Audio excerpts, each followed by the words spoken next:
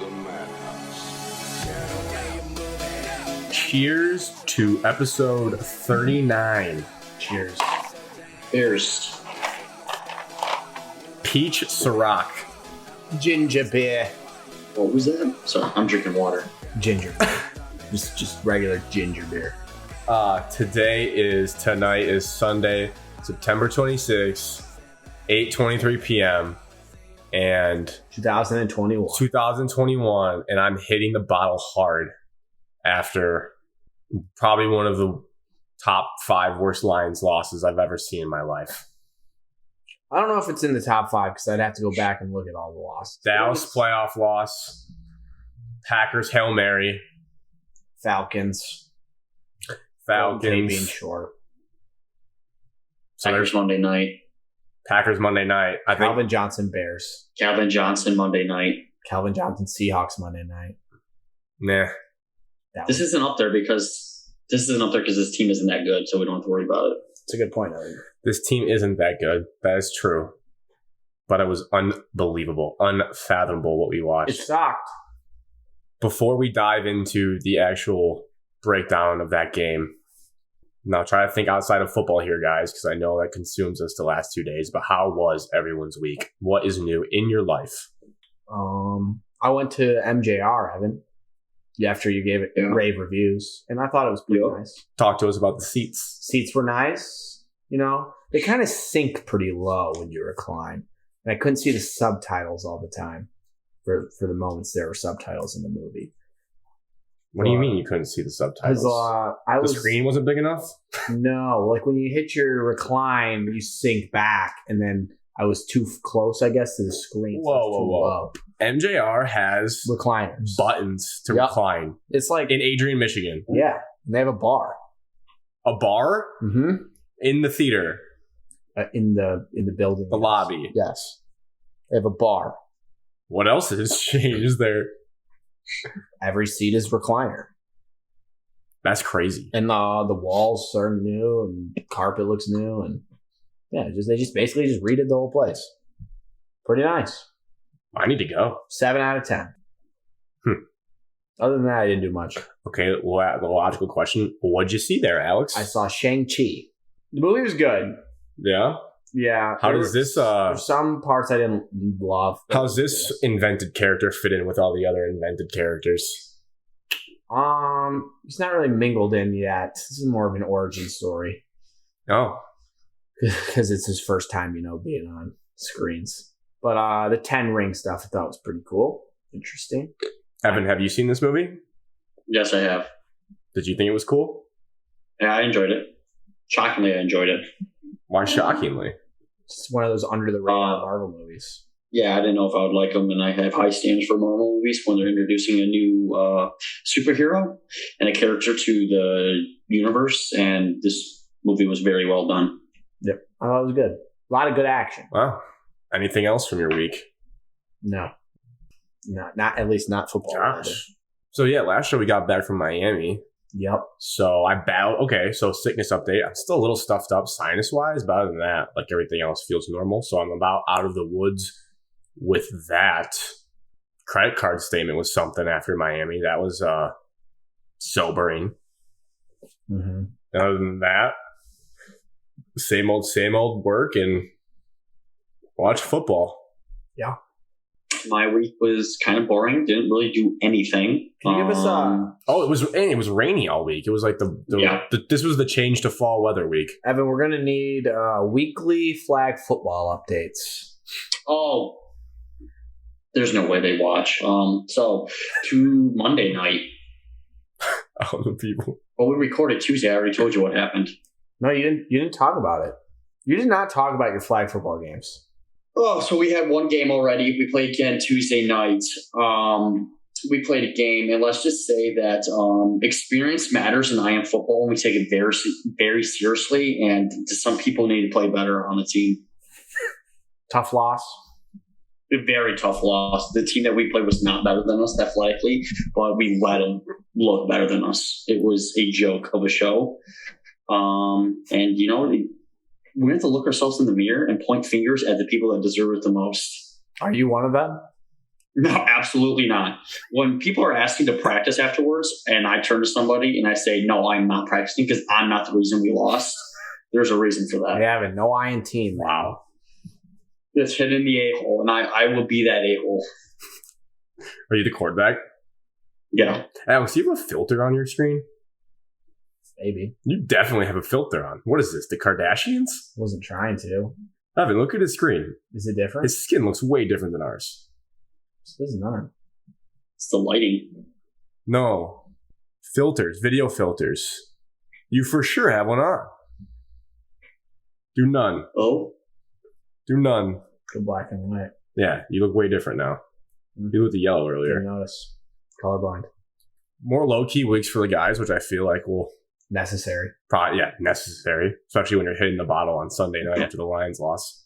Lions, 17. Ravens, 19. Good teams win. Great teams cover. I guess pie on our faces because we all thought this was going to be a blowout. Mm-hmm. So we do have to give credit there, which leads into my first point about the game. Even before the game, I saw some encouraging signs during the week of this regime that we are not hanging around and letting past mistakes linger, aka Jamie Collins. You know, Alex, I think, had maybe the harshest words on the podcast for him. There has to be some more like locker room stuff behind this because while his play wasn't good, it wasn't the worst thing ever been put on a football field. And it's like not like he quit like the Ohio State player, which we can touch on later in college football. But like there had to have been some effort thing or discussions having like, all right, he's not coming to practice anymore and we're trading him. And I like it. And that leads me into, at least in the first couple drives I saw and a couple third and shorts, it felt like our new speed at linebacker was paying off for us. It felt like Reeves-Maben was at least getting downhill elite tackler and sticking his nose in the football. He does look a little undersized at linebacker, but speed will make up for that as long as you're in the right position and you're willing to throw your body at players and piles of human beings, which I think he did. So that was my first encouraging sign from the regime and all the overall linebacker speed play. I'm glad Collins is on the way out. He stunk. The defense is initially the first take you look. I think the defense looked faster. It's a different scheme when you're facing the Packers last week versus the Ravens this week. But the front seven just looked faster from week to week.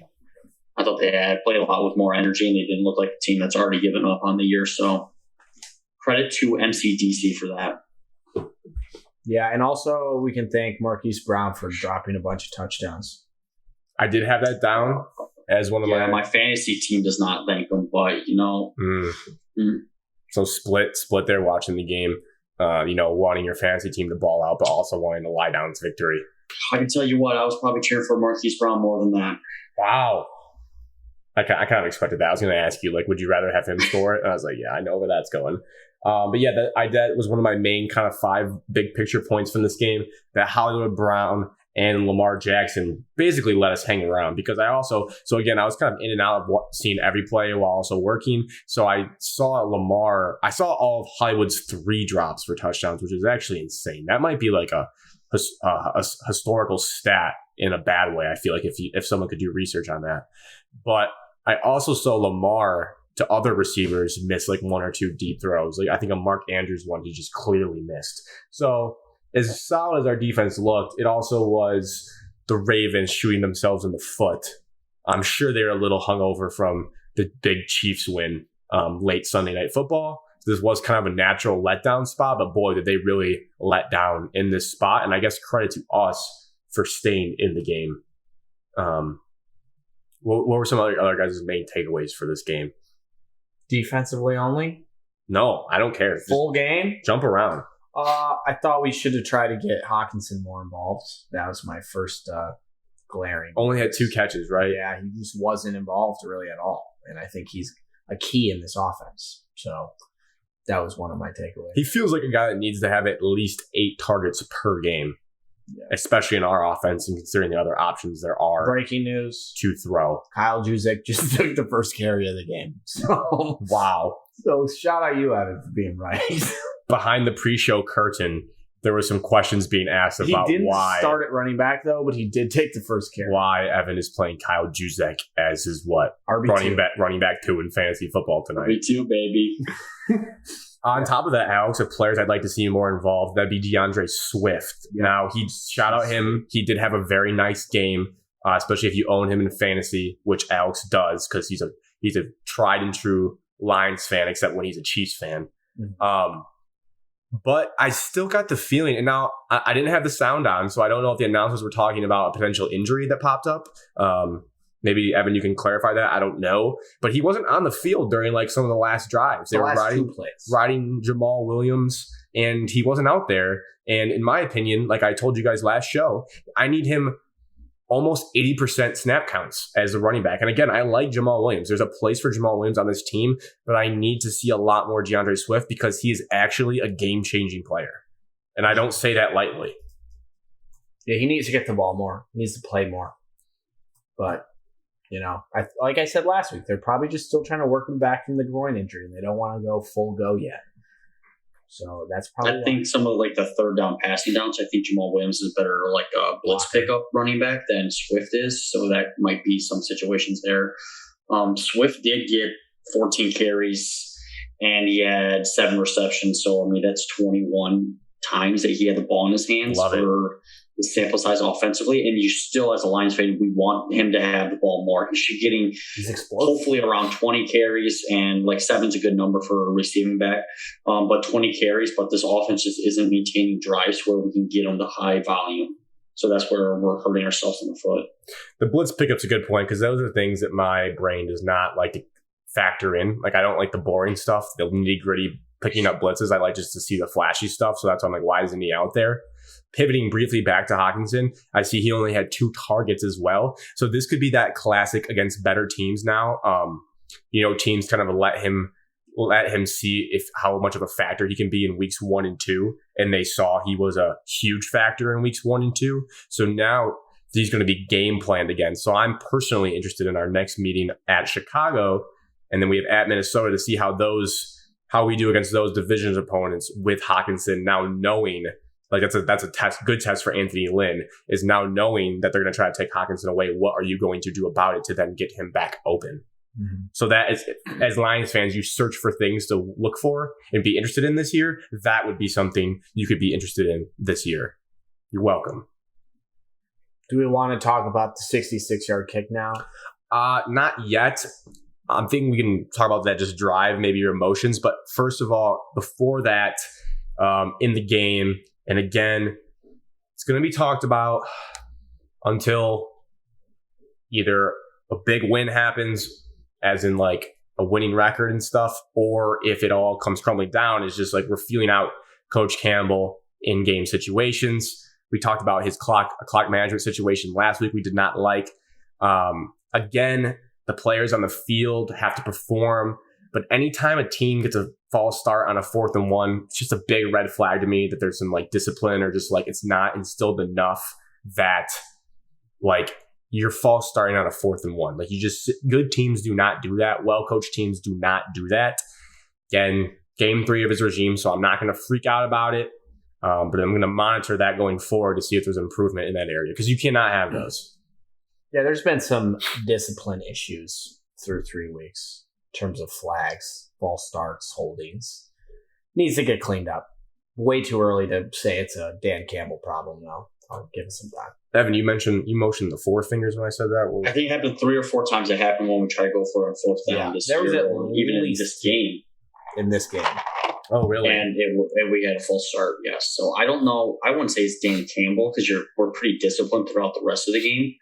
I think it might be almost system-wise, like schematic-wise, where we go 4th down and short, where you have 2 calls, and then you probably have a false cadence and a true cadence.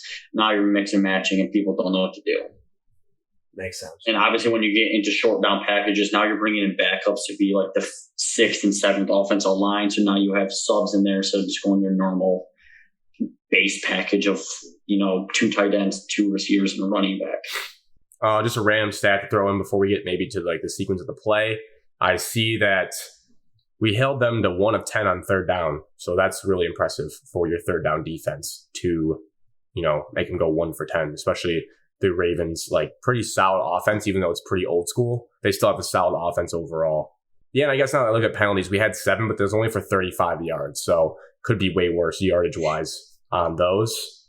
I don't know. I mean, as we get into it, it really felt like as much as you don't think the Lions are ever going to win a game, from what you see in your life, it really felt like they should have won this game there in the fourth quarter. So we kind of played a little passive, I thought. Like we were definitely trying to play for the field goal. Whatever. Did you guys feel that way? I felt like the play calling was kind of like vanilla there. We weren't really trying for the end zone. Anyone like second that or feel that way? Like with this A-gap I agree. 3 runs. As soon as we got down there, then you had a couple bad plays, and they were just full sending the defensive front, like no gap integrity. They were just trying to get penetration into the backfield to slow us down, and that's we kicked, and it was like fourth, and we were behind. I get we were trying to get them to use all their timeouts, but could have been a little more aggressive. Yeah, I mean, they only had 2, so they were still we were going to run down the clock no matter what. Like, even if you do just like a bootleg, a simple bootleg, just stay in bounds, like a quick, easy pass like that, like a bootleg. Like that we're running all game to get Goff away from the pocket. We're still running all game. Like, you complete the pass in bounds and tell them to stay in bounds, and you're going to run the clock no matter what. You don't have to line up in I formation and just hand the ball off. Well, Campbell was going for his first win, so maybe he got a little nervous.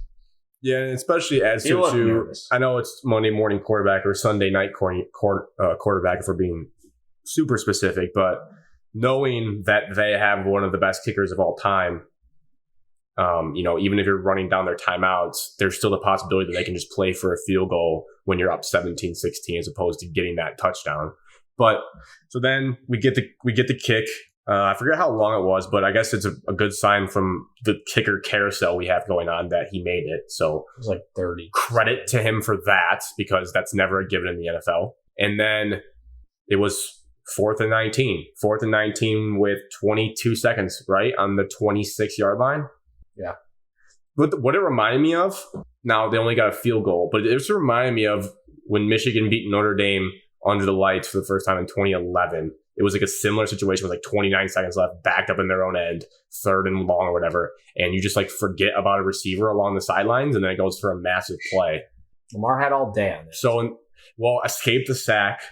I remember, Alex, that you made an audible noise because you thought he was sacked, and then he escaped. And then it was just kind of one of those but that's Lamar Jackson, one of those nightmare breakdown plays where he finds a man just kind of standing there by himself. And then they get into position. And then if you guys want to have a rant about the DOG, go ahead. But I don't know about you guys. I don't know if there was miscommunication in the clock system, but it seemed pretty clear there should have been a delay game there. Well, I was screaming during the game that there was a delay game for the 3 seconds that it was at 0. And it was a long 0. The refs clearly didn't hear me from here, which is disappointing. And then, it's also just one of those things where don't give up the 4th and 20, 40-yard pass, and you don't have to worry about it. So Evan seems to like that point. You can't blame it on that because you shouldn't have even been in that situation. I can blame it on that. It's easy to blame it on that for sure. It sure is. I just blamed it.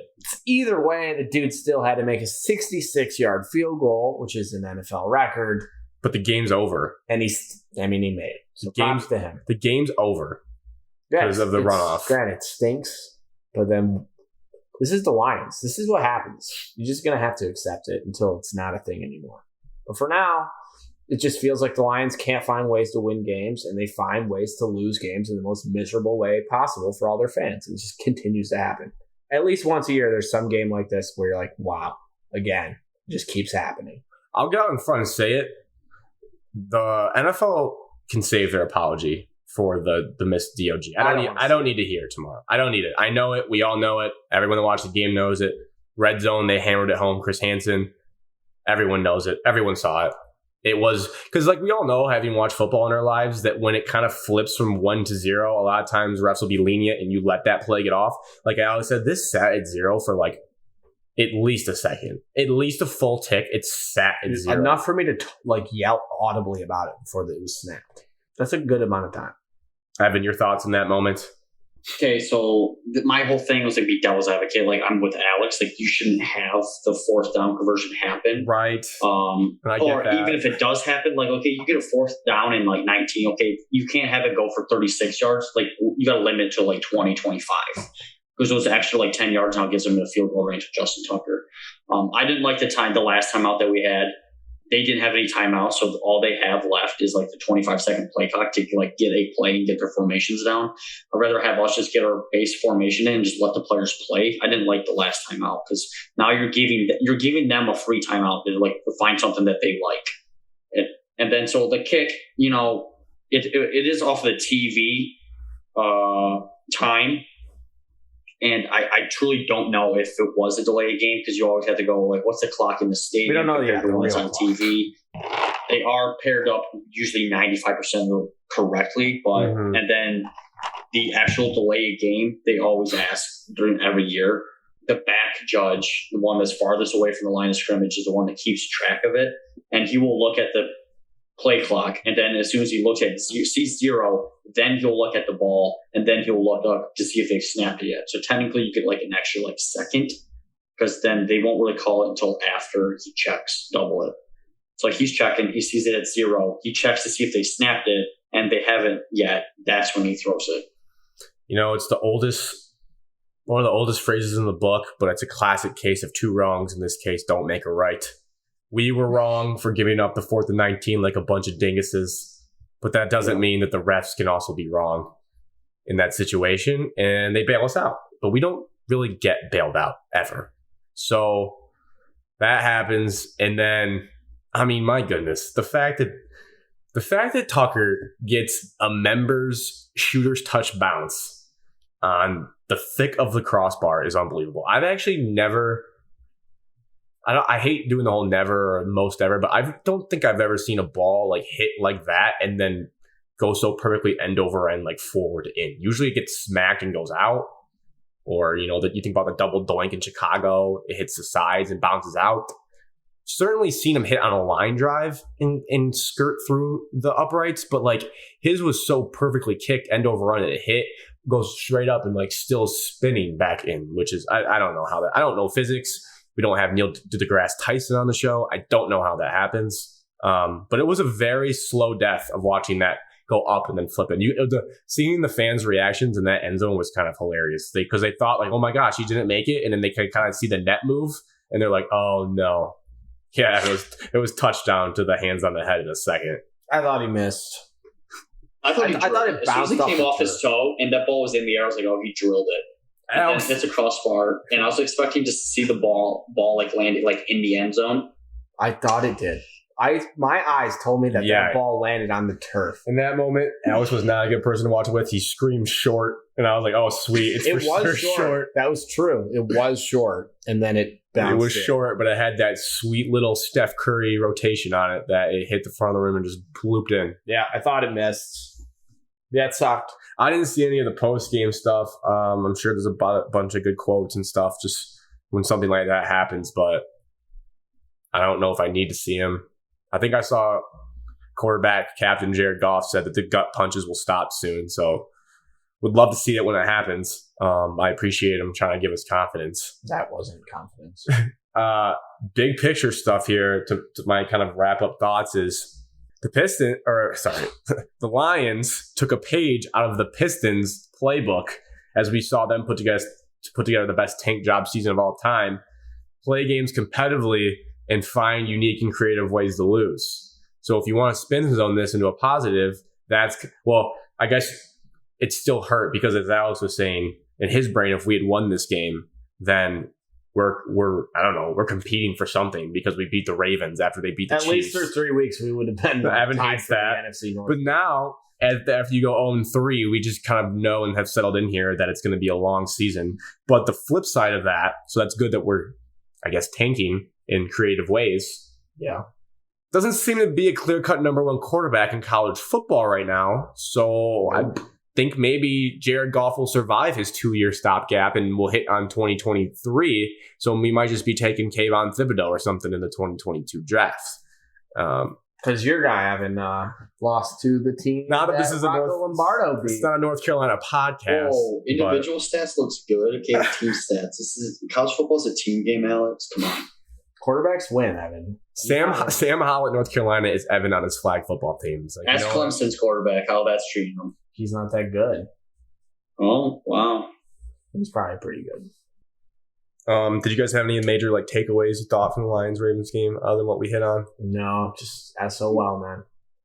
Yeah, I don't know why the Ravens were not running the ball more. They averaged 5 yards a carry, and they were just you know what? It's one of the worst run defenses the last 3 years. We're just not going to run the ball. They were trying to get right in the passing game. It was a glorified practice for them, and then it got kind of close, and they're like, oh, It is an alarming lack of carries for their whole team when you look at it, as I'm looking now. Especially for my guy Tyson Williams.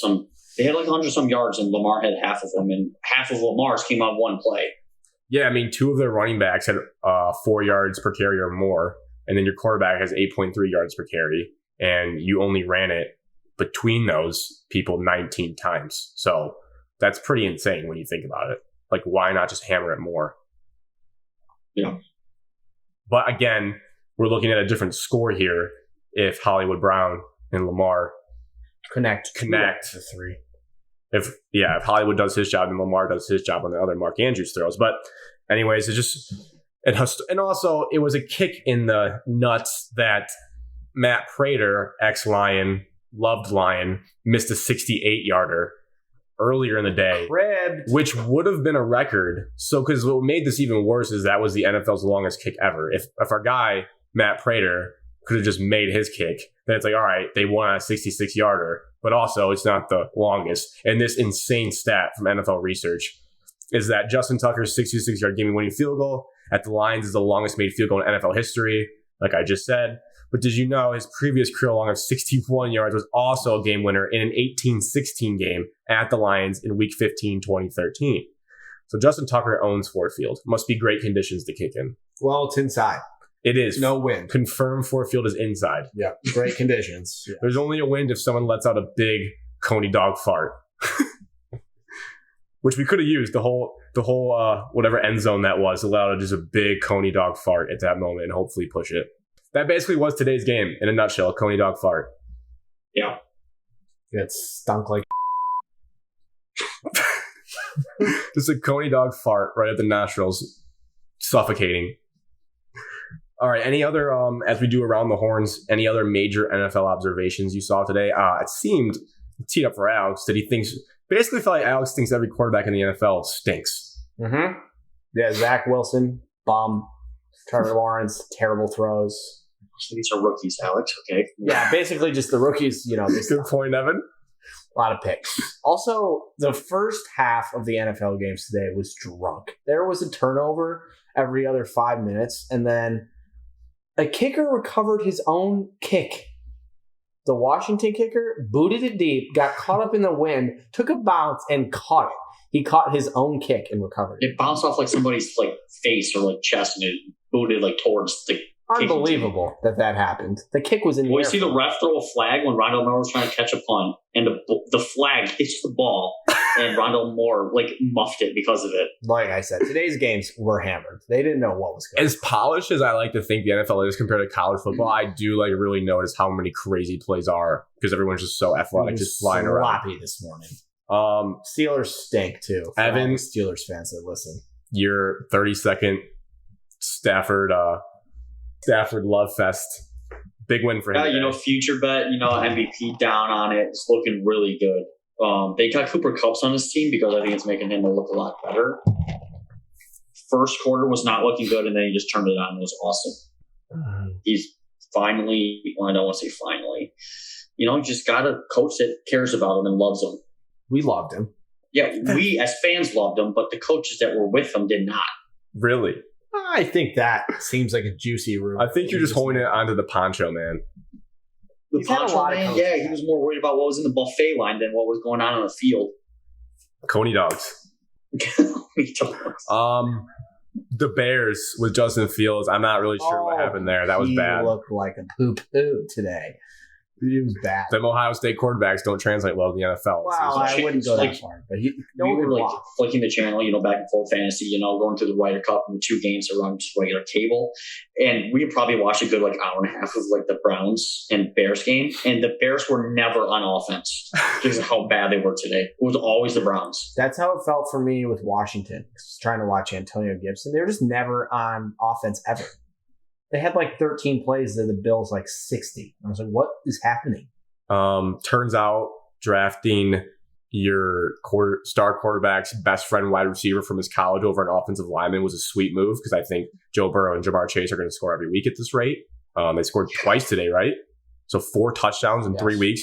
Jamar Chase set the youngest, quickest of whatever touchdowns. He's only 21, so quickest to whatever touchdowns in the first weeks that Randy Moss did. So pretty good company there.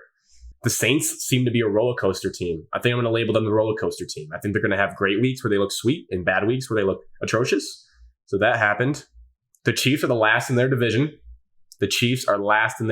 Just let that sink in 3 weeks in. Turnovers. The Raiders. Turnovers. Yeah. Also, Mahomes might have actually been drunk playing the game of football today. He had 2 kind of crazy picks. Well, the first one was not his fault. It hit his dude. Yes, it was. Hit his dude in the hands. Wasn't a great What was he doing on that? He tried to no-look him. Fine. But if that was Travis Kelce... For no reason. Only Stafford can do that. Oh, guys. Stafford invented that. Wow. The Chiefs will be fine. And then the Vikings got back on the board today. Yeah. With a nice little win without Dalvin Cook. So shout out Captain Kirk. Fantasy day. I don't see many surprising scores, really, as I look at the board. I guess the only one would be that the Chargers beat the Chiefs, but that's not that surprising. And then I kind of felt Cincinnati was going to give Pittsburgh all they can eat because the Bungles. Pittsburgh's offense has kind of been tough. So nothing really crazy. I don't know if you guys had any other thoughts from the game so far. I was hoping the Rams-Bucks would have been closer and better, but it wasn't. Game got away from We me. get Cowboys on Monday night. What's new? And we got the Packers and Niners right now. Nevin's got Kyle Juszczyk as RB2. That's right, baby. Go Kyle. He's got 0 fantasy points. Nice. What's new? All right. So there's your NFL for the week until we get to the previews. We'll get a divisional preview this week. Wow. Now we move into college football because this state has 2, what do you guys, We're 17. top 17 16 in the coaches. 2 top 16 teams in the country. Let's use the more favorable number. 2 teams that are better than Clemson. Facts.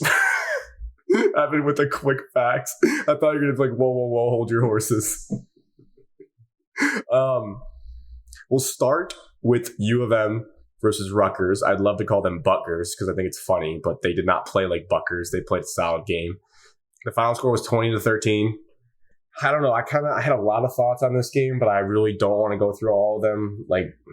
Timeline wise, I have so I summed it up to kind of 5 kind of bigger thoughts. Would any of you guys like to sometimes I would like to get yours off your chest too. Would you like to get those out of the way first? You want me to go first? Yeah, maybe I'll backpack all them. And sometimes you're like, Grant, let me just get mine out of the way if I don't have a lot. Okay. A positive I had from the game for Michigan, no turnovers again.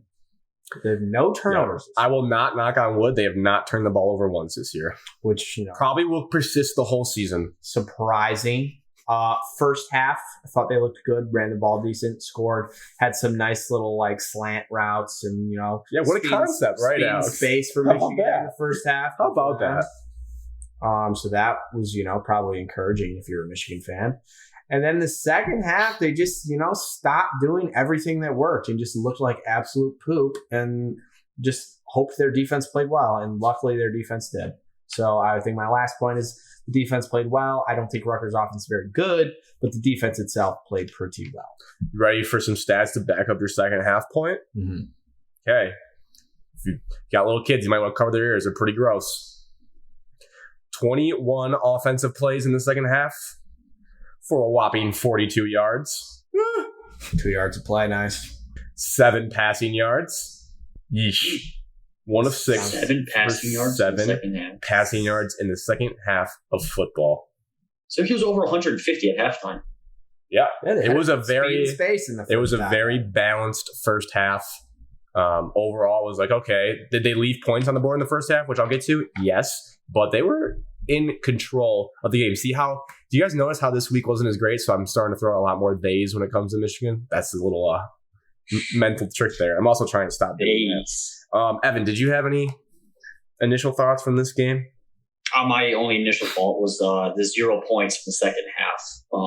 Definitely is like an eyesore when you're looking at the box score and you're looking at the team overall. Mm-hmm. And then total yards, Rutgers outgained them, but Rutgers was also 1 for 4 on fourth down. So, good tail into that. Rutgers had probably one of the worst fourth down attempts of all time. We tweeted the highlight off our account. It was, I guess, it's kind of tough because if Andy Reid did this with the Chiefs and it worked, everyone would say he's a genius. But Schiano basically tried to make Michigan think the team didn't know what they were doing by having Vidal, the quarterback, walk to the sideline with his arms out, like what's going on. And then the running back just ran under center to take a snap. And as we discussed, a lot of quarterbacks like Jared Goff, baby hands, sometimes can't even take a snap right. So having your running back under center, something he never does, taking a snap, fumbled it because the D-line got a great push from Michigan and then recovered the ball, which is a good point, Evan, because it brings up the fact that honestly, Rutgers should have won this football game. They left a lot of dumb plays on the field. They just didn't execute well, and they were the more undisciplined football team with penalties, which at least with the way the announcers talked about, Sean McDonough and Todd Blackledge, they said both of these teams don't turn the ball over and both do not commit many penalties. I think Rutgers averaged 3 penalties going into the game so far. Small sample size, but they definitely had over 6 or 7 in this game. To start on my kind of 5 overall points here, I'm going to start with the good and the impressive. I would say Michigan's defense, Mike McDonald, the first-year coordinator, who had more questions about going into this year. It seems like his unit is leaps and bounds ahead of the offensive unit so far through 4 games. They passed a major test. They were a little leaky in the second half, but when you think about all the 3 and outs Michigan was giving up, they're on the field the whole game. And that'll be a theme for Michigan State as well. You can only ask your defense to do so much when they're just, oh my God, deja vu, we're back on the field again after 3 plays. So they were left out to dry a million times. And more impressively, the young guys on the team really stepped up. And I'm going to consider Nikai Heel-Green, a sophomore linebacker, a younger guy, because, just a true sophomore, stepped up big time in the linebacker role. He did get burnt on the touchdown play that Rutgers had, but overall he recovered and made a lot of run stuffing stops. And then freshman linebacker Junior Colson stuck his nose in there to recover the fumble that sealed the game. And that's a natural hat tip to David Ajabo for causing the fumble. That was, I believe, Rutgers' first turnover of the season, which is huge because, I don't know, watching that game, Alex was trying to tell me, don't be worried. It never really felt like Michigan was going to lose. It absolutely did because Jake Moody missed a field goal when he had been pretty rock solid the entire season. And then it's we have 7 passing yards and 42 total yards, and Rutgers at least has moved the ball this half. So naturally, you think they're going to go in for a score on that. Off of Alex's point, the first half was solid. There was one hiccup, I would say. Clock management, mess ups of the week, an atrocious use of clock management, in my opinion, or game management, because there's another one after this, towards the end of the first half. I will say there was 22 seconds left. We get the ball back. They get the ball back. They get the ball back. And in the past, Harbaugh, up 17-3 would just take a knee and go into half. I did appreciate that they tried to score. So they ran a really simple, play action, slant route, like Alex talked about, with a novel idea crossing route. Sanders still catches it and runs a mile. And they get down to, in the red zone, at the 10 or something. And then I have it 13 seconds left, 1st and goal, 2 timeouts left. Okay. You guys are coaching. You're thinking to yourself, okay, what kind of play calls I've got? Well, they just ran a gap and got stuffed. They're from the 7 as well. They're not on the 1 or the 2, so stuffed. Got to call your timeout. And then there's 9 seconds left, 2nd and goal.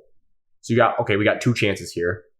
Unfortunately, which will be a theme in the second half, is Cade McNamara missed a layup of a touchdown. It'd be the equivalent of missing a full court layup, on a fast break. Just missed it. He had 2 tight ends wide open, picked the back one, missed outside his outstretched arm.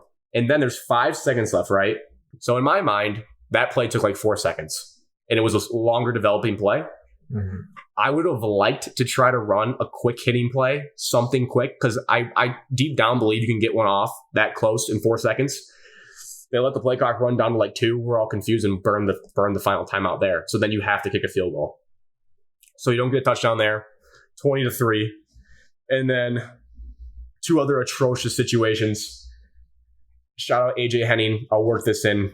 Fantastic punt returner so far. Again, had a great punt return. Another theme you'll see in the Michigan State game. We have great punt returners in the state of Michigan. He sets you up in good field position on Rutgers' side of the field. You go backwards, but you have a 3rd and 12 on their 41, and you hand off, and you get stuffed, and then you punt on their side of the field. Not sure why you're not trying to run some sort of pass play to maybe even get to 4th and 3 and then go for it. Run it up the middle, draw, stuffed, A-gap. Common theme here, folks. 3rd and 12. What a joke. Lastly, probably the most egregious, where I got a text from maybe potential guest one day. We'll call him Michigan fan BV. Text me on Michigan's own 45 now. 5 minutes to go in the 3rd. Trying to get that drive to ice the game, you know? Call the first down passing play. Crazy. You guys can relate to that when you had Dave Warner at the helm. First down passing play? What? Never heard of her. We ran one. They ran one. Got to like 2nd and 3. Now, a lot of teams, maybe Andy Reid's of the world, Sean McVay's of the world, they have a sweet play action deep bomb on 2nd and 3s because they know I can pick up 3rd down or go for it on 4th because it's 4 down territory at this point in the field. What does Michigan do? Any guesses? Running up the middle. Yes, Alex. 2 A-gap runs in a row. Absolutely stuffed by the Rutgers front, who, credit to them, turned up in the second half. Okay, so now it's like 4th and 2, 4th and 3. You didn't really go anywhere, but you didn't lose yards. Again, on your own 45. Your defense is playing great. Need that drive. I don't know. If you trust your running game or your play calling, I'd go for it. I'd be fine living with that. What do? They go empty set? Michigan goes empty set. Okay, that's believable, right? You got McNamara in the shotgun. He does a little quick run up underneath center like Rutgers did earlier with their running back, and then tries to hard count him, and then you get a delay of a game. So now you're 4th and 6, and the jig's up now. You're just punting. They probably did the delay game on purpose. Correct, but I think that's a horrible move. Yeah. Like, why take the delay of game? No one's jumping. That's so old. People don't jump. Someone always eventually jumps. No one's jumping. It still happens. No one's jumping. That's man a up. bad take. People still jump. No, I hate that. Just man up and go for it. Mm-hmm. You'd probably catch them more off guard going for it. And don't be an empty set. They know you're not running. They know you're not going to. They knew they weren't going to snap the ball with no running back. You think Michigan's going to throw on 4th and 1? Probably never. I think they should have just got it on 2nd or 3rd, you know? Yeah, I agree. Probably should have. All right, and now to the running game. Total stats here. 38 carries, 112 yards, 2.9 yards per carry. Not great. But really, it was a second half difference. So they had 77 rushing yards in the first half, 156, I think, passing yards or whatever in the first half, I believe it was. So pretty balanced in the first half. 77 is not terrible for a half of football. And then you can tell they took it away, which is a big future question that we'll have later in the show.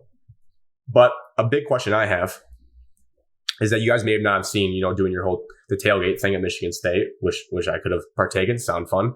Cade McNamara took a big shot. Rutgers did have a player ejected from this game for targeting. It wasn't really that like a targeting per se, I'd say.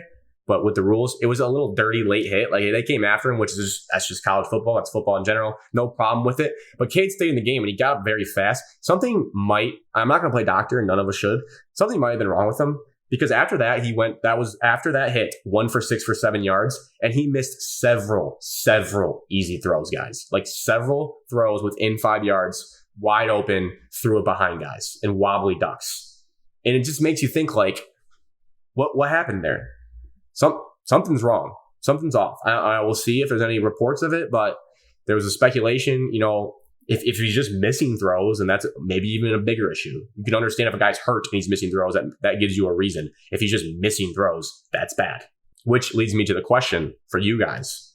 If you're a Michigan fan, are you ready for JJ McCarthy time? I'm not a Michigan fan. If you were. It's hard to even envision myself as one, but I'd be cool with JJ McCarthy coming in. You'd look good in maize and blue. I will not be doing that. Evan?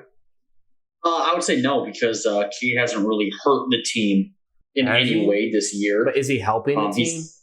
He's not hurting the team. And that's all about you didn't him. He's a answer game that. manager. He's a definition of a game manager. He's not hurting the team. I hate that with word. his play. I hate that phrase. He is out there and he's trying to execute his best ability with the play calls that are given to him. You sound like a coach right now. You're just giving right coach now, speak it is at it. literally, hey, Cade, turn around and hand the ball off 35 times. And he's going to say, yes, coach. But what if it doesn't work, Evan? Then he has to throw and he goes 1 for 6 for 7 yards. I'm going to be honest. He's not very impressive. I'd be cool with JJ hopping on in. Come on. I'm not nuxing you for a Michigan quarterback. Why not?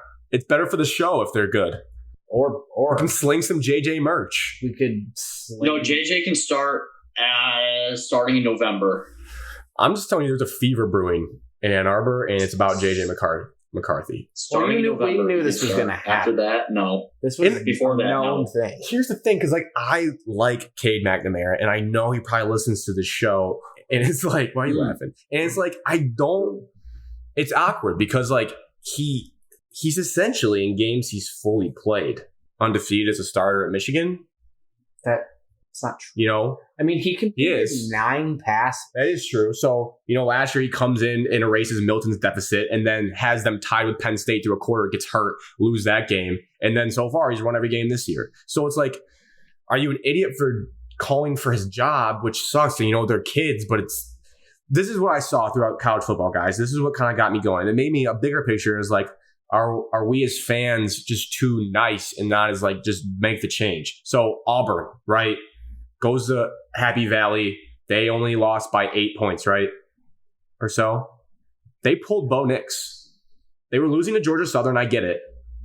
But they pulled Bo Nix. They're like, no. Bo Nix has been there several years. He's a household name for Auburn. He may not be that good, whatever you think. But they pulled him. They're like, no, we're not going to risk losing this game. You're not playing well. We're getting out. Even if it's just for that game, get him out. And then, even crazier, I flip on the Oklahoma-West Virginia game because it's like, it's probably the most boring ABC game of all time. They want Rattler out. So Rattler's struggling bad, and Oklahoma's look bad. And the fans are cheering, we want Caleb Williams. We want Caleb Williams. Their 5-star freshman recruit. And then I'm thinking maybe there's some validity to the Michigan fan base wanting JJ to play. Because you sit here and all three of us know. You can scoff all you want. We know Michigan football's ceiling with Cade McNamara. We do, right? Yeah. It's not very that high. And I would think it's higher with JJ. Maybe. He could easily be lower, too. He's an unknown. The floor could be lower with some interceptions. I'm sure he'd turn the ball over. He would have a lot of fresh. But I think with what I've seen about college football and football in general, it's not the worst idea I've ever seen. Mm-hmm. Do it against Wisconsin. I'm down. I think if there was a game to do it, it would have been Rutgers. I wouldn't try to do it against Wisconsin. I don't know. But then also, my last point from the game really is that you can blame the players, but also it still goes back to this inept coaching staff that has been here for 7 years. And people can say fire Gaddison to the sun, to steal a phrase from Evan, all they want. But in that 7 years, who's the one constant at Michigan?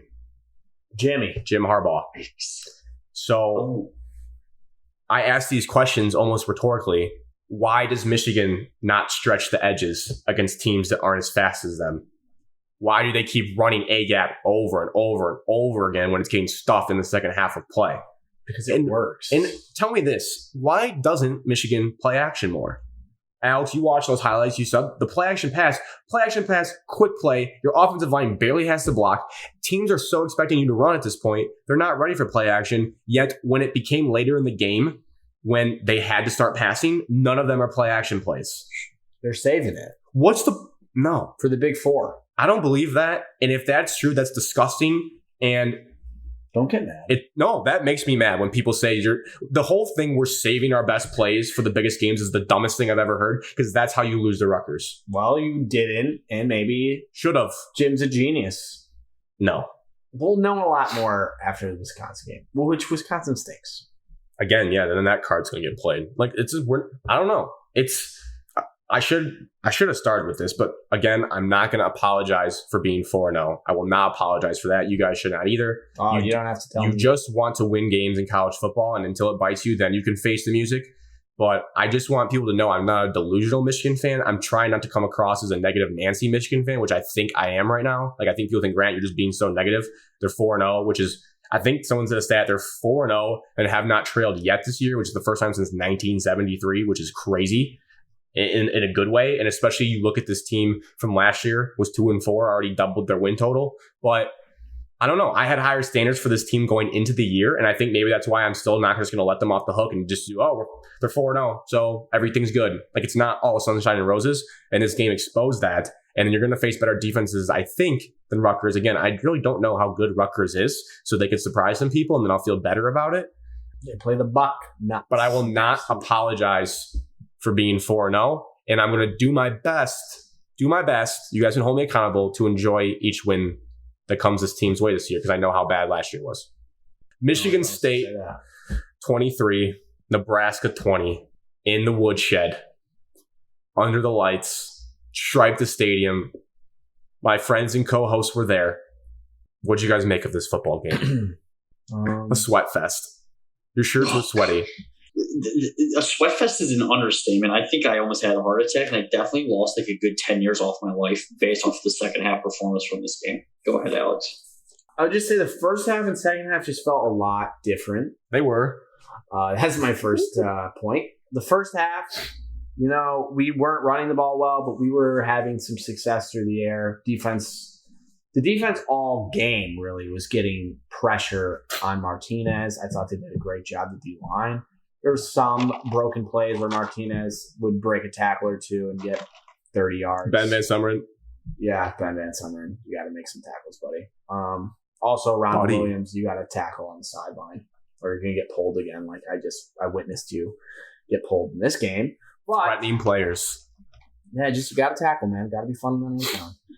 Back to what I was saying. So overall, defensive line played really well. First half, offense moved the ball enough. You would have liked to see them convert in the red zone a little better. And then the second half started, and Dave Warner came out of the locker room and started calling plays. By God, and that's Dave Warner's music. The offense just completely I don't even know how to describe it. I think they went... Hold on, Alex. We've got breaking news here. According to the Free Press, Kalen Gervin and Chase Klein have entered the transfer portal. Well, Kalen Gervin played 3 snaps. And Chase Klein played like 6 snaps. So, yeah, I mean, when you bring in transfer SEC corners, they're eventually going to take your job. One close game in the woodshed and people are jumping ship on Mel Tucker? My column. I'm saying, like, Chase Klein, all right, good riddance, like, goodbye. But Kalen Gervin, you always need depth in your secondary, and for him to leave, it's kind of... You do say that, Evan. Because he fell to 4th on the depth chart. Okay. I'm not saying it's like, what do you want to do, Evan? You going to complain? Like, is this another Jordan Barnett situation? He's a backup. We'll be fine. He's not a backup in some certain. Thank goodness I got off the MSU bandwagon after the Miami game. I don't. You're one targeting call away from playing, buddy. Just so you know. Yeah, it's good. I mean, yes, but what are you going to do? Tell the kid he can't transfer? Yes. Lock him in his dorm. I just don't know what you want to do. Lock him in his dorm. It's like Mel can't force a guy to stay, and if a guy doesn't want to be here, he doesn't want to be here. No control over his program. Would you rather Kalen Gervin was starting instead of the other guys that are better than him? Just so that he doesn't leave? You know what, Marquis Lowry? Take this as your sign to get out of there. You can never have too much talent on your team. That's when you're losing talent, team, it hurts. But what do you want them to do differently? Contribute somewhere else. Pay them money. Deserve a chance to be on the playing field. Pay them money to stay.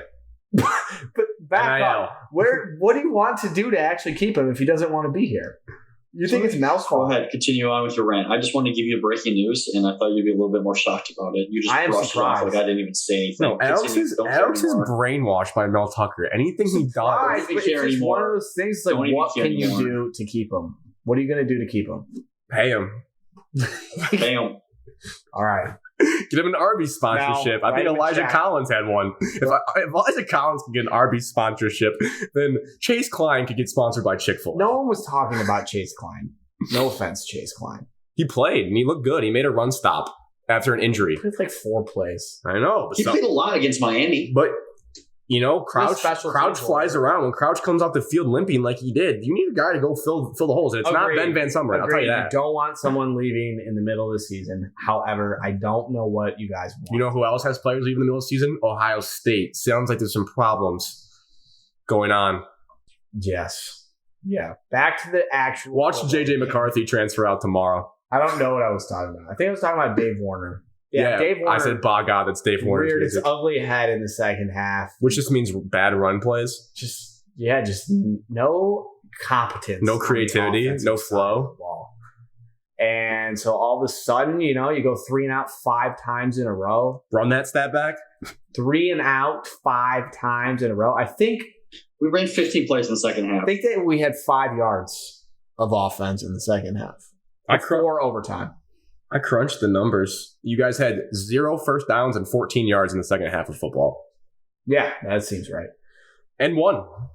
Yeah, and that gets to the final point that, you know, as bad as Michigan State looked, and Nebraska outgained us in every category, more first downs, everything. Pretty much everything they were better at, and we still won the game. So I think that shows a lot that this team, even at their very worst, still found a way to win. That's important. Phenomenal spin zone, Alex. That was A-class stuff, folks. And shout out the special teams. Without it, we would have lost. You know why Michigan State won after all those stats you read off?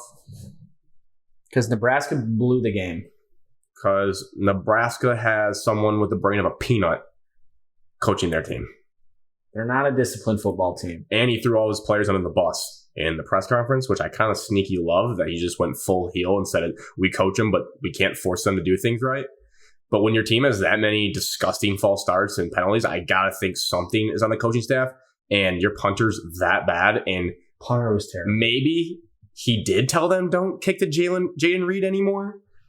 And if he did and the kid still did, then you need to cut him and get rid of it. But like, it makes me think you didn't tell the kid not to punt to Jaden Reed, which would have been my first thing I would have told someone after probably just watching film. Probably not even after one return, which there was multiple before the touchdown. Probably like, hey, you know what? We're just not going to kick to number 1 tonight. I'd rather take a penalty on kickoff every time, and they can start like the 35 or the 40, whatever it is. Honestly, like a joke.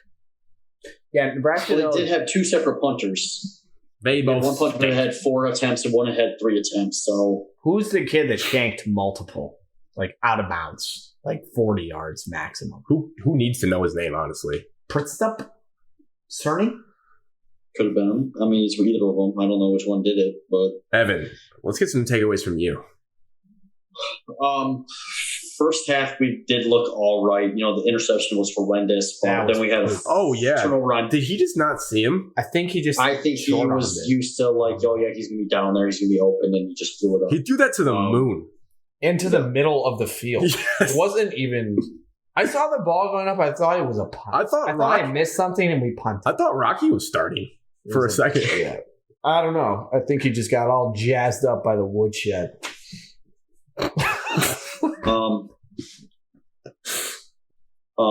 So first drive, we moved the ball a little bit in 4 plays, averaged 4 yards. Second drive, we had 10 plays, didn't move the ball as well, but we had a turnover on downs. That was a bad call. Where we were in field goal range. Then from there on, we punted. Flea Flicker scored a touchdown. Flea we had Flicker, you. Nice drives at the end of the first half, and we missed a field goal, got it blocked because of a bad snap. You can't have that happen. It hurts. That could have been a disaster. That was like the end. That could have been returned. I watched it back. I don't think they would have returned it. But what I'm trying to say is my point was they were there so early that they could have almost like caught it or also punched it so far that could have easily scooped and scored, but they kind of just panicked.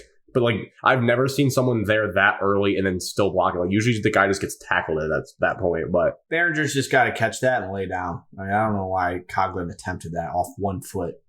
He should have just moved away and laid down. Behringer tried to pull it as Coughlin kicked it, so it was a giant mess as I watched that back.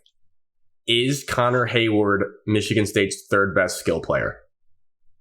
No. Well, he did win the award, 2 years ago, 3 years ago, 2 years ago, that he was the most versatile. I wrote that down during the game. Player in the college football. Third best? Yep. No. Rank the skill players. Kenneth. Yep. Kenneth, Jaden, Jalen, Trey. See, I don't know. Jalen had a nice Miami game, but he didn't show me much in Big Ten play. Connor Hayward's a unit. He's good. And an asset. I'm not saying he's not a good He had football one highlight reel. But like you're just blinded by him putting his balls on a guy's shoulder and then blowing over someone. I strictly judge it based on interactions we get on Twitter from said highlights, and that one did numbers. Therefore, I think Connor Hayward is the third best skill position player on Michigan State. That's a terrible take. That is actually a terrible. Terrible usage by Mark D'Antonio. I'll say it. What do you mean? No allegiance You put him to as his featured starting running back and give him the ball 20 times a game. But when a guy's got, I said a terrible usage by Mark D'Antonio. At least he was touching the ball every play. But when you have a guy with hands of Skippy peanut butter, you got to get that guy out catching passes. I mean, the ball. We had Dave Warner running jet sweeps to the boundary, so we couldn't do much. Offense looked bad, but that was also play calling, not being able to get rhythm going forward. Credit to Nebraska, they actually have a top 40 defense in the country. They got some talent. As team talent composite 24/7 told us, they just aren't coached well. Yeah, they have. But defensively, keep it there. Keep it positive. We did win the game. Xavier Henderson's star of the show. 17 tackles, 10 solo with a tackle for a loss. He's a captain on the defense. We had 7 sacks and 11 tackles for loss. And Panashuk, our defensive end, we lost Beasley. Panashuk stepped up. He had 7 total tackles, 2 sacks, 2 tackles for a loss. He had a pass rush grade of 94.1. Highest PFF era. He had 14 pressures on the day. You guys are still on PFF after the graphics? Only when they're good stats. Graphics don't hurt me because PFF puts in so many stats into the composite scores that's not just touchdowns and interceptions. So the PFF kind of flows with the wind. I'm guilty of it too. Some of it sucks, some of it's good. I don't know. I would love to know what they're really doing. I would love to see the actual calculations of what I'm looking at. We'll have to get Austin Gale back on the phone and do a day in the office. Other than just 92 grade. I'm like, wow, that's good. But what does that actually mean? I don't know. I do not know. But yeah. Panashuk had a great game, Evan. I agree. After looking poopy the first 2 games. Does this stat line concern you? No. Okay. What stat line are we looking at? Michigan State, 30 rushing attempts, 71 yards, 2.4 per carry. Nebraska, 49 rush attempts, 187 yards, 3.8 per carry. Nothing crazy on Nebraska's end. I'm not saying that because it's still low per carry. But I was kind of surprised at how easily they were able to shut down and neutralize Kenneth Walker. Obviously, it's going to be a case of people making adjustments in the future, not that people key on him. And also, more so on the defensive side of Alex, you guys can have to split up, but one of your things you felt like that you knew already was Michigan State's going to stop the run.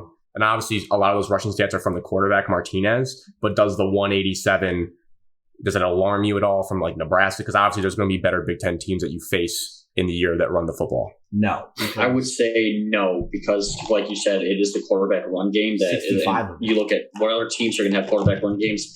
And a lot of Nebraska's rushing is different from most of the teams. Speed option. Michigan's a generic. They are a read option, triple option, get on the ball on the perimeter. So, credit to them that now you have to make the solo tackle in space. A lot of times we did it, but half the time we didn't. So I'm not too worried about it. The yards per carry is what I kind of look at. And, when they possess the ball more often than we do, they have a better chance to, run off a couple of long ones. Michigan State defense. Kenneth only had 19 carries, and we only had 15 plays in the second half. Michigan State defense was on the field so much, it's hard to, they had to be gassed. They were on the field the entire second half. And when you think about the quarterback scrambles, Martinez had 45 on one play. And they've also had him wrapped up in the backfield multiple times, and we just missed a tackle, and he breaks out for 15, 20 yards.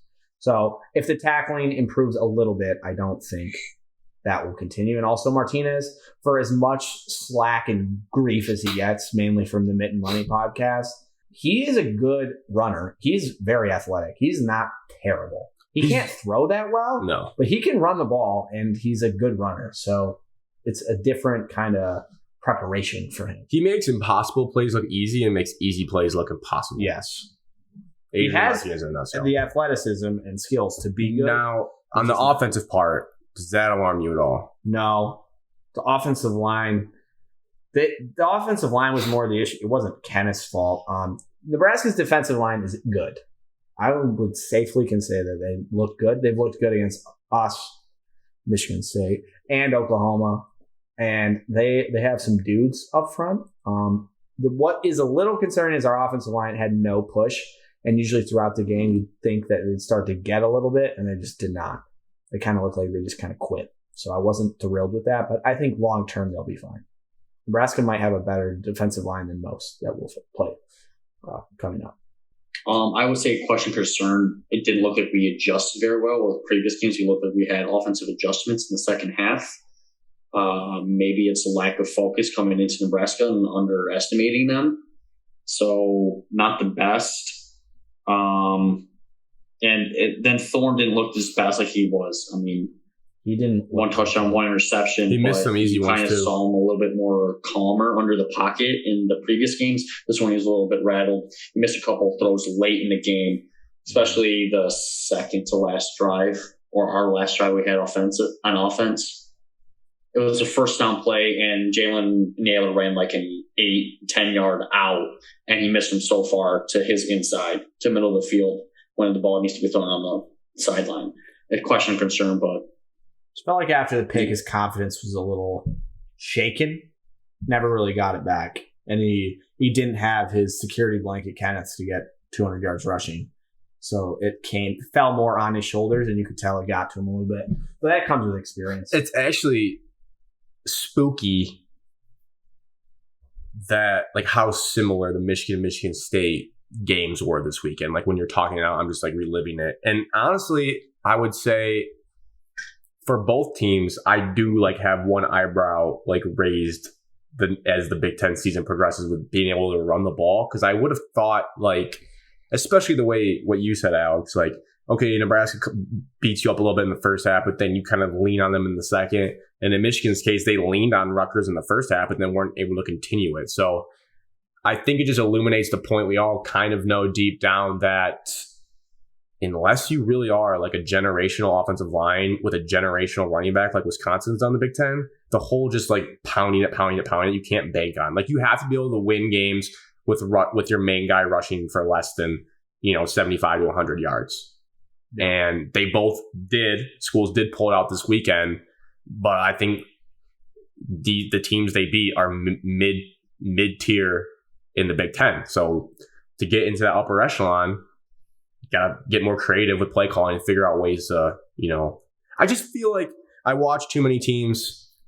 They just play it so safe. To myself, I would love to let Coach Harbaugh get locked into a room with Andy Reid for a whole offseason and just like let Andy Reid show him how like to be aggressive and just go try to win games. It doesn't even make sense too, because like the clip goes viral of John Harbaugh being like, let's go for it. John Harbaugh goes for it all the time. Why does that not carry down to Jim? Why is the aggressive play calling not carry down? And I'm sure there's times in the Michigan State game where you're wondering like, why are we playing like not to lose in Nebraska instead of to go out and beat Nebraska? I will give him credit. The flea flickers have played. Let's go win. Let's go beat Nebraska. Let's just do it. Let's just take the chance. Losers can make fun of it like, oh, you have to use a trick play to win. Like I would love to hit a flea flicker touchdown every game. Are you kidding me? Like why would you not run it until it's like stopped against people? There's nothing to lose in it unless you like fumble it today like the Lions did or get an incomplete pass. But I just feel like that's a mini rant of just observations. Too many coaches play like, let's just suck time of possession and just try to lean on people and just go like win, be creative and just try to win games. We should also credit Rutgers and Nebraska. I mean, I don't think those teams are that bad. And I think they'll end up beating some in Michigan, both of them. I agree. Michigan State also, just my last point, they offensively played about as bad as I think I could have expected. In the second half for sure. And they still won. So like as bad as we're talking, we do need to be grateful they are 4-0 and they get Western Kentucky, and that should help, get the offense. Each of you guys say it.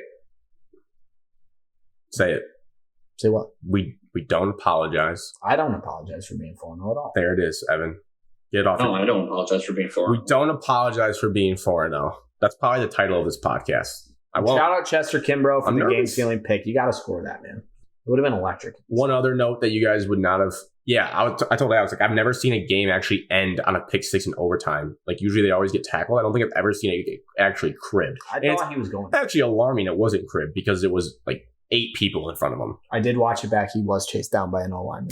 Knew it. Martinez did get an illegal Yep. tackling attempt. He slid down at the legs.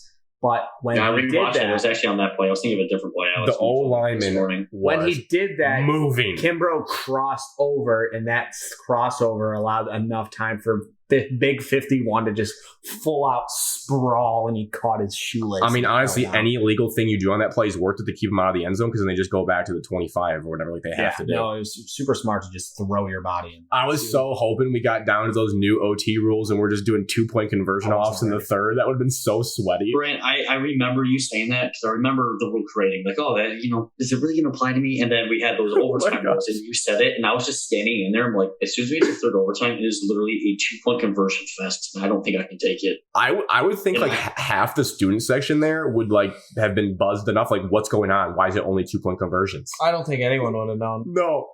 There would have been people thinking. I was shaking in my boots just thinking about like, oh my god, this is going to come down to 2-point conversions. I can't do it.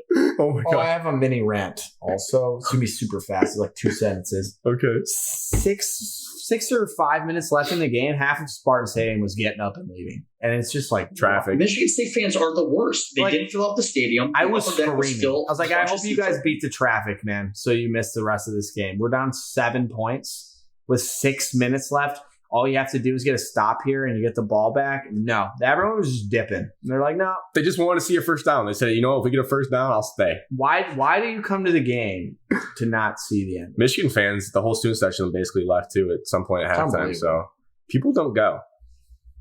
I guess to be a hat tip, just buy nosebleeds and then move your way down during games because everyone leaves. 2 other quick things from this game that I wrote down, more goofy, I'd say. And then one's a serious question, but you guys didn't get to see it because you're in the stadium. But I have a theory that Mel Tucker threatened the broadcast team, Mark Helfrich and company, and like Carl Porvis or something, threatened them in the meeting during the week that, hey guys, we're calling our stadium the Woodshed now, and you're going to shove it down people's throats. Did they say the Did they really overemphasize it on the broadcast? At least 5 times. They're like, all right, the Woodshed is rocking. And I was like, oh my gosh, this is so cringy. Like, it's just forced. It's here to stay. To someone's credit, that flag that made the rounds on Spartan Twitter of that old flag, that someone had that in the front row. So they did zoom in on that on the camera. So it made you think, okay, maybe this is actually a movement. But like the amount of like third down, and then Mark Hubbard's like, you can feel the Woodshed coming alive. And he's like, oh my God. Like, stop, shut your mouth, stop talking. I'm guessing it's going to continue. No, but I just love the picture of Mel Tucker sitting there like, no, it's where our stadium's It's going to say called the now. Woodshed on like the 35-yard line. It's where our stadium's called now. Also, there's a little diss when you guys play Rutgers. Shiano might be in your face because like that whole chop thing, like that, he started that at Rutgers. That was Shiano. So they might have some exchanges there. We're not scared for Rutgers. Really? Well, Hey, Whoa. you guys lost to them last year. vengeance. Couldn't be my team. We're on a revenge tour. Survived Rutgers. Last question here. Put your thinking caps on. Of all the things you've liked so far about Mel Tucker, all the positives, people he's brought in, transfer portal, rebranding, uniforms. What is the single best and most important thing he's done for Michigan State? Jesus. It's obvious. Hit me as I was watching the game, wrote it down. It's probably what's going to separate him through his tenure there so far. If he keeps, Is yours like a dumb thing? no, I think it's actually the most important thing he's done through what I've seen this season. You're going to say uniforms? No, that doesn't matter. I didn't think so either. That's why I said It has to be taking a chance and identifying the talent at Western Michigan that was Jaden Reed. that was Mark D'Antonio. Mark D'Antonio got him. Well, there goes that question. Shout out Mark D'Antonio, because that, honestly, the fact that you went into Western and any school probably could have had a chance to go after this kid. This kid should have been. He was This kid. MAC freshman. This kid could be Jalen Waddle at Alabama. Honestly, the talent level there is unbelievable, and the fact that I sound like an idiot, but I guess it illuminates the fact that people should be nicer to Mark D'Antonio when they get all head over heels for Mel Tucker. Yeah. Just respect Mark D'Antonio for that fine, because that guy is single-handedly like saving and winning multiple football games this season so far. I think that's the only player Mark D'Antonio ever got out of the portal. That's stunning. I didn't even know that it was Mark D'Antonio. I just assumed he never played We got more players. Not starters. I just assumed Keith Nickel. portal. Keith Nickel, backup Keith quarterback. Nickel went to Oklahoma to play quarterback and came to Michigan State. Yeah, because he didn't win the job there.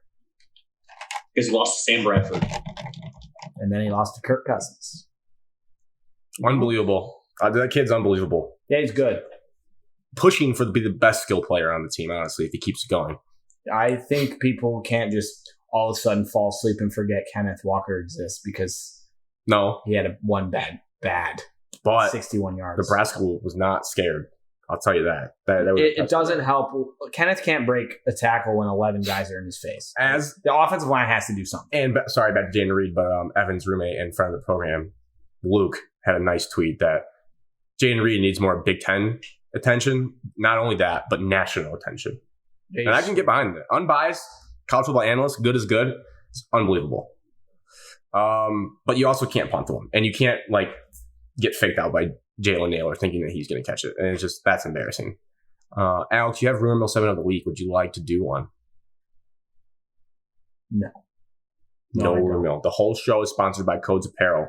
Oh, we'll plug the Woodshed merch towards the end too as well. But for now, we can move to the football previews, which again are usually quicker in length, people. So bear with us here. I'm going to call an audible and do Michigan State versus Western Kentucky first. I appreciate you putting it in, Alex. I was a little busy. It was just where it was. So you said the line moved. The line opened for Michigan State -8. Yep. The line 10.5 now. You told me the line moved to 10.5, which probably feels, in my opinion, more right for a game like this. The over-under is a whopping 59. Nice, jinx. 7:30 p.m. BTN. We do not do... Updates on Fox Sports 1 now. Whoa. Really? It's on Fox Sports 1. Interesting. I'll tee it up to you guys for preview of this game. It's homecoming as well. I need to get a screen pulled up here for Western Kentucky so I have at least something to add to this conversation. They lost to Army and they lost to Indiana, and they blew out a terrible team. Yeah, I feel like that's a little overlooking it. They lost to Army by a couple, and they lost to Indiana by a couple. However, they scored late against Indiana to make that closer than it really was. It's about a 10-point game the most of the game. As someone that watched the highlights. Western Kentucky averages 41.7 points per game, but they are giving up 30 per game. Houston Baptist transfers. They're averaging 426 passing yards. Their leading rusher has 82 total rushing yards on the year. They're not going to run 82 total rushing yards on the year. Evan, they do not run the ball. To back up your stat, the passing yards is third in the country with 515 yards per game being 20th. Points is 41.7, like you said, tied for 14th. And third down percentage, a whopping 57.78 in the country. I think you guys are going to be facing a modern air raid, I would consider fun and exciting offense, which will be I'm actually intrigued to watch this game. When most people maybe would look at this and think it's boring, whatever. I told Alex before the season, I stand by that now. I do think this is a scary game. If you're a Michigan State fan, this is a scary game. It's obviously on the Grant's Power, as now the show's must-win Power Index ranking, which is the best post Shout Out Michigan Sports has ever had on Instagram. Shout out to us, Alex, for brainstorming the idea, and we're working it through with our heads. This is obviously a must-win. This is even a fire upon loss. I'd go that far. Obviously, you wouldn't fire everyone upon the loss. I cannot. But you wouldn't fire everyone upon a loss, but you'd feel like you'd want everyone fired in a moment. It'd be super embarrassing to lose to Western Kentucky. I would honestly say, just before we continue, I would rather lose to Western Kentucky than lose to Nebraska because it's a non-conference game. I could safely say that is not. Feels like a loser mentality. We're not going to lose to Western Kentucky. I think this team is going to give Michigan State fits. I think this reminds me very similarly of a game I saw in person at Spartan Stadium, Utah State. That was 2018. That team was 11-1.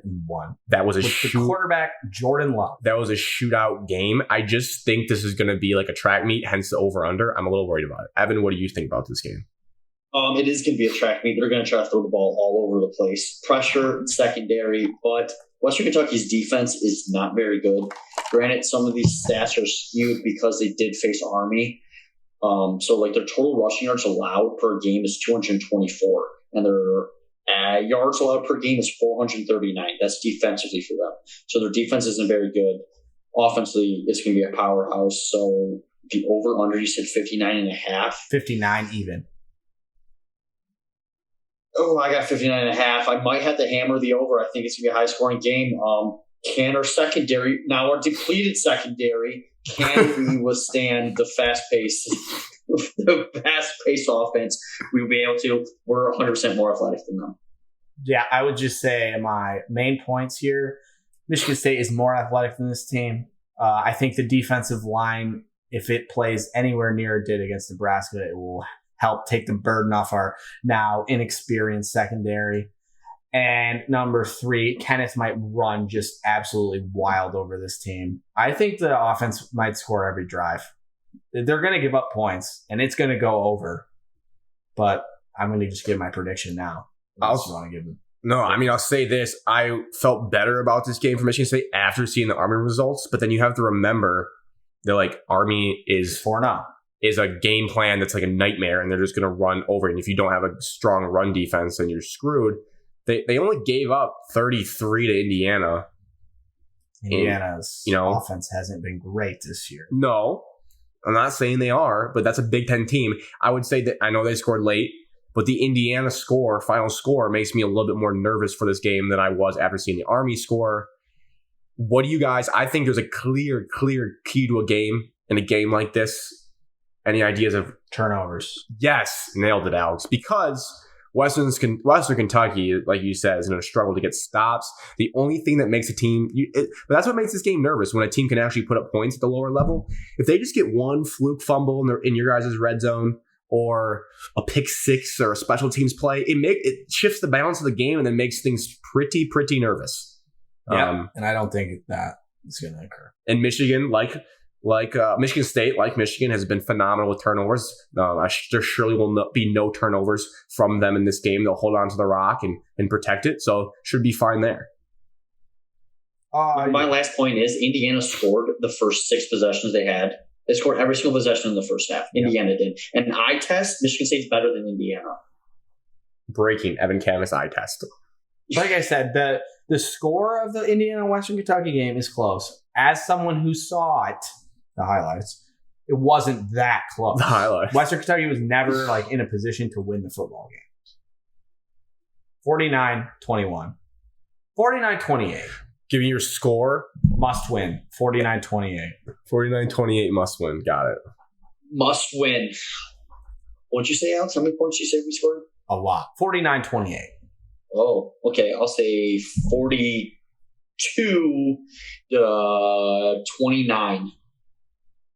2-point conversion.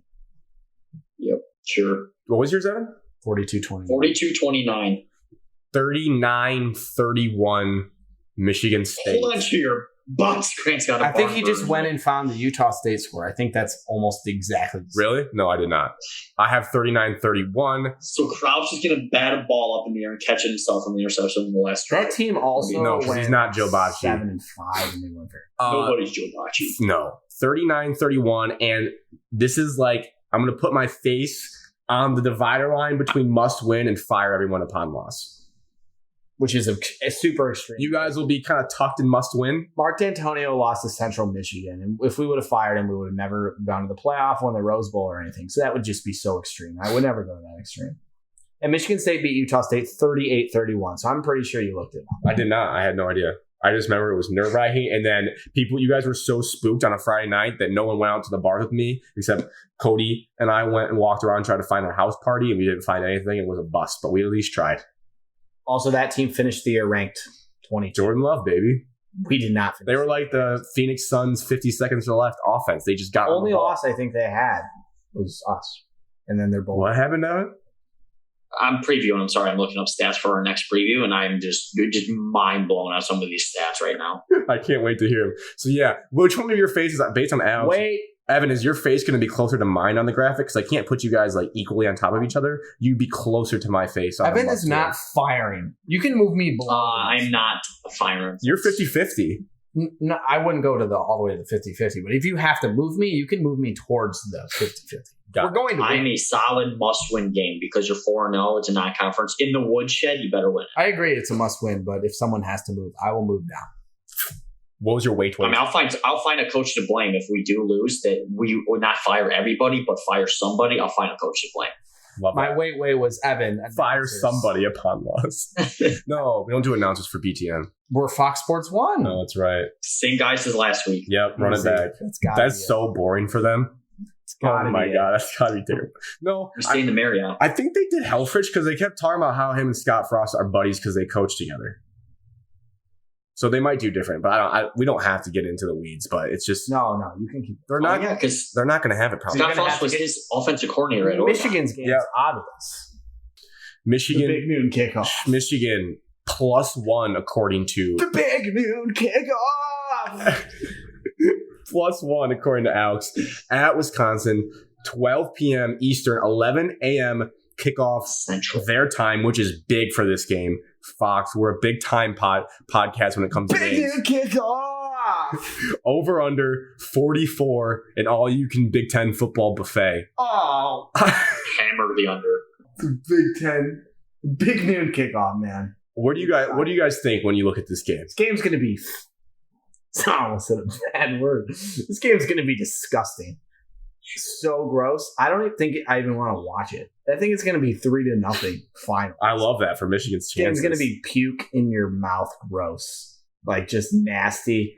As Mel Tugger said something about double mouth guards. It's just going to be a nasty football game where you don't know who's good after it. You just were like, wow, that game was mentally draining. Or Wisconsin will blow them out again like they do all the time. That's not true. Taylor's not in the back. They do not blow them out all the time. Just giving you a chop, man. I'm sorry. I think it's 2 and 4. To back up the fact that this game's going to be boring. Let's see. Passing yards per game. Michigan, 164. Wisconsin, 197. Ugh. And let's see. Cade has 3 passing touchdowns on the year. That's it. Graham Mertz has 1 passing touchdown and 6 interceptions on the year. He's really good. 6. Yeah, he's good. They both have right around the same yards. Okay, now breaking down rushing. Okay, Michigan's at 290. Wisconsin's at 202. Okay. Teams that they've played, I would say Wisconsin's faced a couple harder opponents than Michigan has. Asterisks there, though. Yards allowed defensively, passing yards, about the same, 171 to 187. Rushing yards. Here is the thing that I just could not believe. Crazy. Michigan's only given up 133. Solid for a football program. 133 per game, no matter what playing, is pretty solid. Wisconsin is averaging giving up 25 per game. 3rd in the country. Who's better than that? 25. Say that again? Evan, I see 23. Wisconsin's yards allowed. Rushing. Rush yards allowed per game is 25. 25. They only gave up 0. They only gave up 65 Michigan to Notre Dame. Jim Leonard is one of the best defensive coordinators like in the country. I want him as head coach. No cap, 100. I want him as head coach at Michigan. This game, I said 3-0. I mean, it's starting to line up pretty well. To illuminate that, Kyron Williams, widely regarded as one of the best running backs in the country. We can all agree on that. 18 attempts, 43 yards, 1.8 per carry against Wisconsin at Soldier Field. Yikes. Yeah, which is neutral site. It's like half crowd, half not. There was a lot of red there. It sticks out. It's mind-blowing. You are effed. You are Michigan. Now, what makes you positive good is that Notre Dame had to bring in a backup quarterback, Drew Pine, a freshman. He was a 4-star. I looked him up on 247. I go, what is this? And Pine Cone. Yeah, pretty good there. You know, funny. Evan, you get that one? Jack Cone, Drew Pine Cone. Thanks, guys. P-Y-N-E, not actual Pine. He came in and went a smooth 6 for 8 for 81 and a touchdown, which can give you hope that, you know, an inexperienced quarterback came in, was able to find success against Wisconsin's secondary. JJ McCarthy. So if I'm going to, that actually just gets me jazzed. I wasn't even thinking that, but I was thinking maybe Cade can find some success because maybe this Wisconsin secondary is not solid. Let me double check that with their passing yards per game. 187.3 per game. That's actually not that bad. They're just a solid defensive unit and an atrocious offensive unit, which is why this over-under is at it is. I really don't know. I have... Obviously, last time we played Wisconsin was nightmares. And another stat that you may want to plug your ears if you have Michigan fans that are kids. It's a little one of those skewed ones. Like, it just sounds crazy when you say it. But when you dig into the numbers, it's not as crazy. So Michigan has not won at Camp Randall since 2001. And they won, see, Evan goes crazy. 1-5. 1-5 overall in that time because you don't play there all the time. You only played there 6 times. 5 losses. So in those games, 2001 was 20-17. Then in 2005 was 23-20. Wisconsin win. These are all Wisconsin wins now. 2007, 37-21. Some points in that one. 2009 was 45-24. 2017 was 24-10. And then 2019 was 35-14. So in the beginning of that was a little bit more closer. And then it gets more lopsided.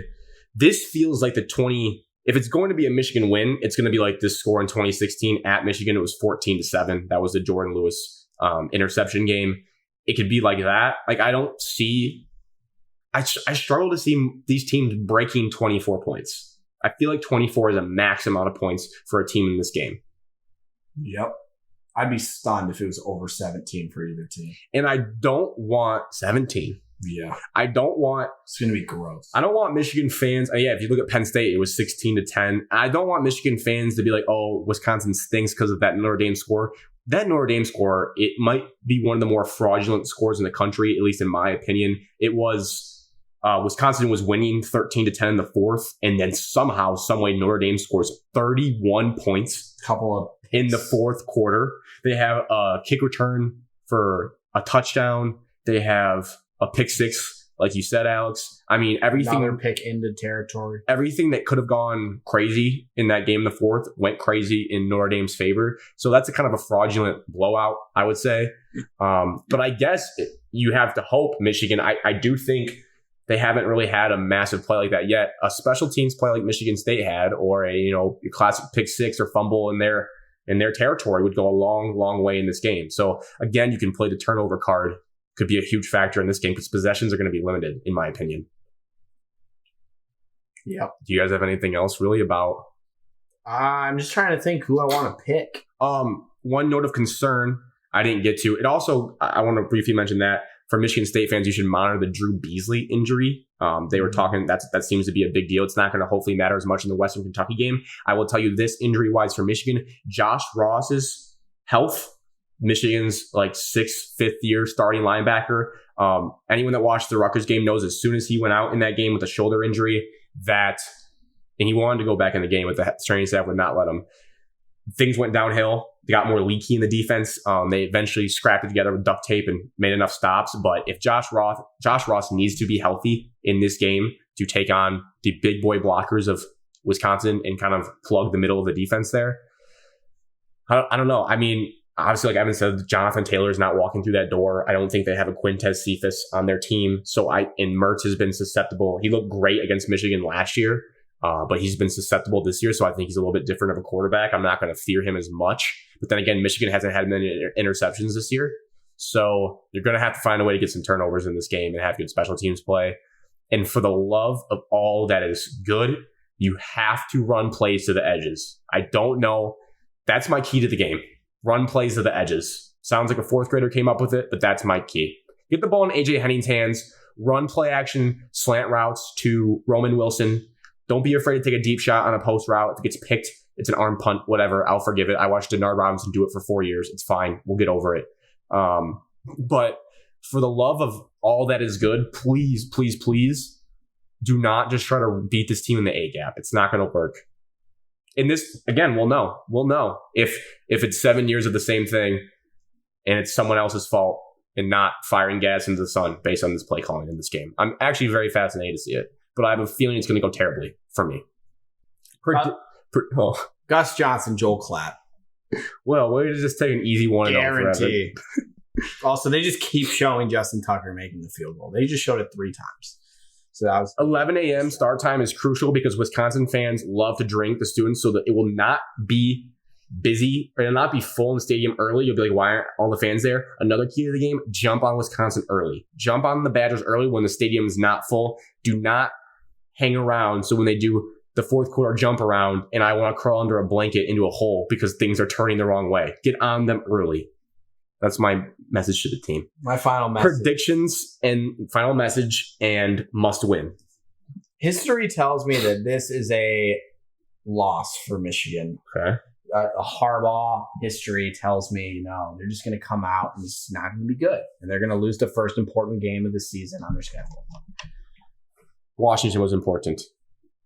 Yeah. We don't apologize for being 4-0. So they lost to an FCS team and it lost its loss. I think my Washington Miami were really bad take is looking great.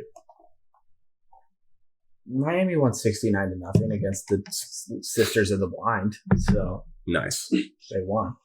Give me a nice. In terms of the must win, it's a must win. It's not if based on the circumstances, you could probably say it's fireable, but I'll just go must win. And then for a score, I'm going 17-13 Michigan. I think they eke it out. That feels like an emotional hedge bet. I don't know.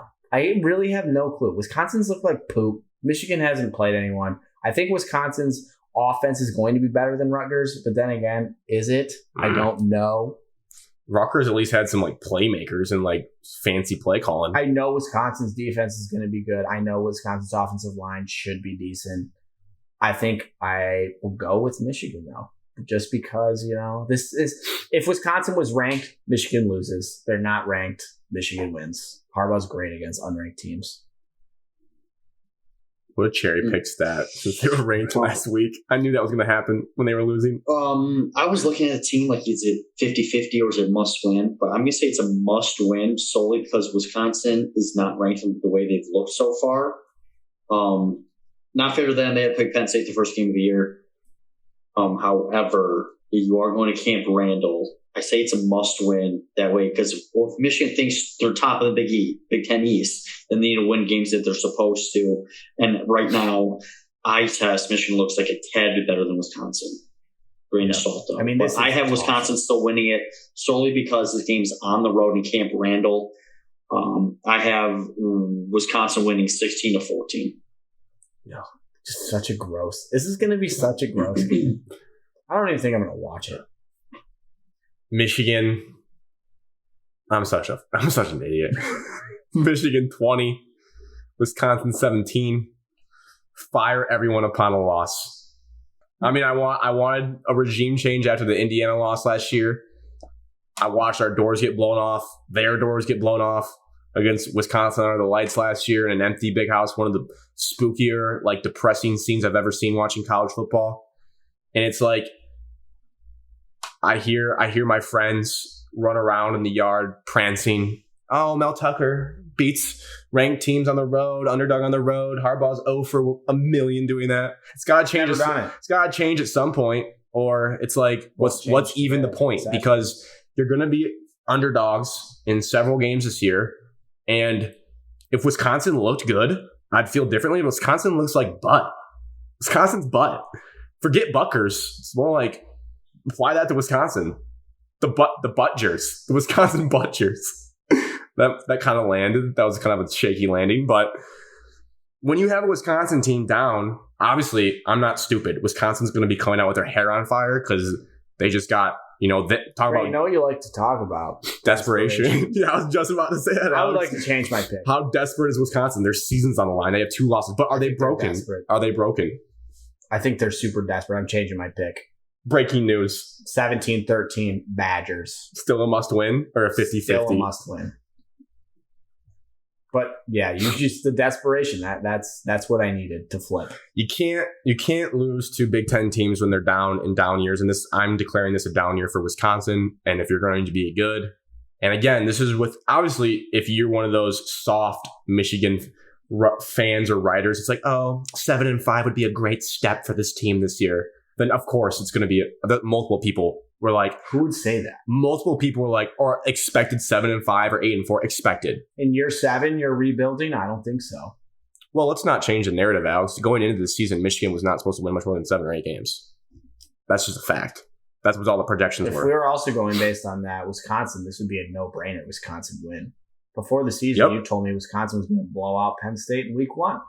I did. I thought they looked good, and now I can adjust. I'm just saying, when I was doing my mocking voice, there's a lot of Michigan fans out there. This would be a 50-50 toss-up game, or low-key think they could win because they're like, oh, this team's supposed to be 7-5 or 8-4 after a terrible 2-4 year. No.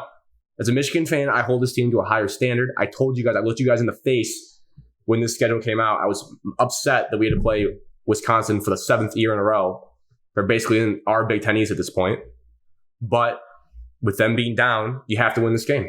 And it's like, I don't know about like firing everyone upon loss sounds aggressive. I'm ready for a new regime upon a loss. I'm still going to leave it as fire upon loss on the graphic. Because that's what it means. That's what it is. But I'm ready for a new regime because it's like you're just going to watch the same old song and dance happen again and again. Easy, man. They haven't lost yet.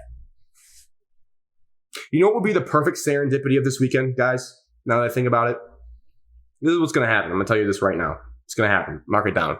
If Michigan loses this game, Ole Miss is going to beat Alabama, and we're like, you know what? Why can't we just take chances on guys like Lane Kiffin until it works? Because they actually modernize the game of football and are willing to take chances.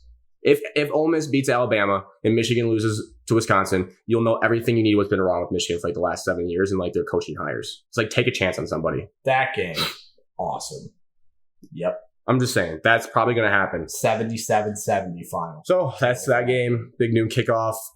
Again, wind out of the sails to. Well, we're not wrapping up with Lions. We have briefly some positive golf talk at the end. But Lions at Bears. Bears are -4. Is that real? Mm-hmm. Hammer the Bears. 1 p.m. On Fox. Over-unders 44. Wow, same as Michigan, Wisconsin. That's just Big Ten football, baby. Back to back. Black and blue division. What do you guys think about this game? I'm hoping David Montgomery plays well. Selfish fantasy owner. I think we'll see more of the same. You know, not much good. Probably not going to win. You want to see Dan Campbell win. I hope they win this game. But it's at Soldier Field. Justin Fields, assuming he starts again, if Dalton's out, I think he'll get that game he wanted the first game, you know, play as a rookie against the Lions in your first game usually goes well. Ask Sam Darnold. Ask, you know, any Packers backup that ever had to play against us. Matt Flynn. So, yeah, I think if Justin Fields starts, he should probably have, like, you know, his coming out game. And he'll just throw all over us. They'll run all over us. And we'll lose. They're still better than us. We're still not good. Nothing's changed for me in terms of the Ravens game. That was depressing. Because, like I said, this is a glorified practice for the Ravens, and they got caught like, oh shit, we're gonna lose, and then they still won. Score and must-win meter. Must-win meter is eggs all the way at the bottom. Doesn't matter. This game doesn't matter. The Lions games don't matter. It's so depressing that every week none of these games matter. So it's not a must-win, and we lose the game to 31-23. You're telling Vegas they're stupid. We're going over. Score. Yeah, we're going over. Evan? A lot like Alex, Bears defense is still elite. And like if you watched it today, Bears offense was horrendous, and that's why they couldn't stay in the game. I just don't see us being able to move the ball efficiently on them. So I got Bears in this one. See, they can't score 30 points to save their life. Matt Nagy is a bad play caller. Don't forget about this defense. It's still terrible. I'll go 21. What's the spread for right now? I'll go 21-17 Bears. That's just must-win meter? Low scoring. It's NFL football. It doesn't mean anything. It's at the very bottom. So it's expecting to lose? Matt Campbell signed a 6-year contract. I'm expecting to lose. If I'm Matt Nagy and I lose this is a firearm offense if he loses. Yeah, we can spin zone it. It's fireable offense if Matt Nagy loses. I could not be more different than you guys. This is the Dan Campbell week one. I'm a dummy football fan. I watched a beat-up Lions team beat the Bears last year in Soldier Field. It was a great moment for the team. They had fun under Darrell Bevel, baby. Let the boys had fun. They played music at practice. I'm giving you some things to watch as a Lions fan. That's my promise to you. I'm going to give you things to watch to keep you locked in.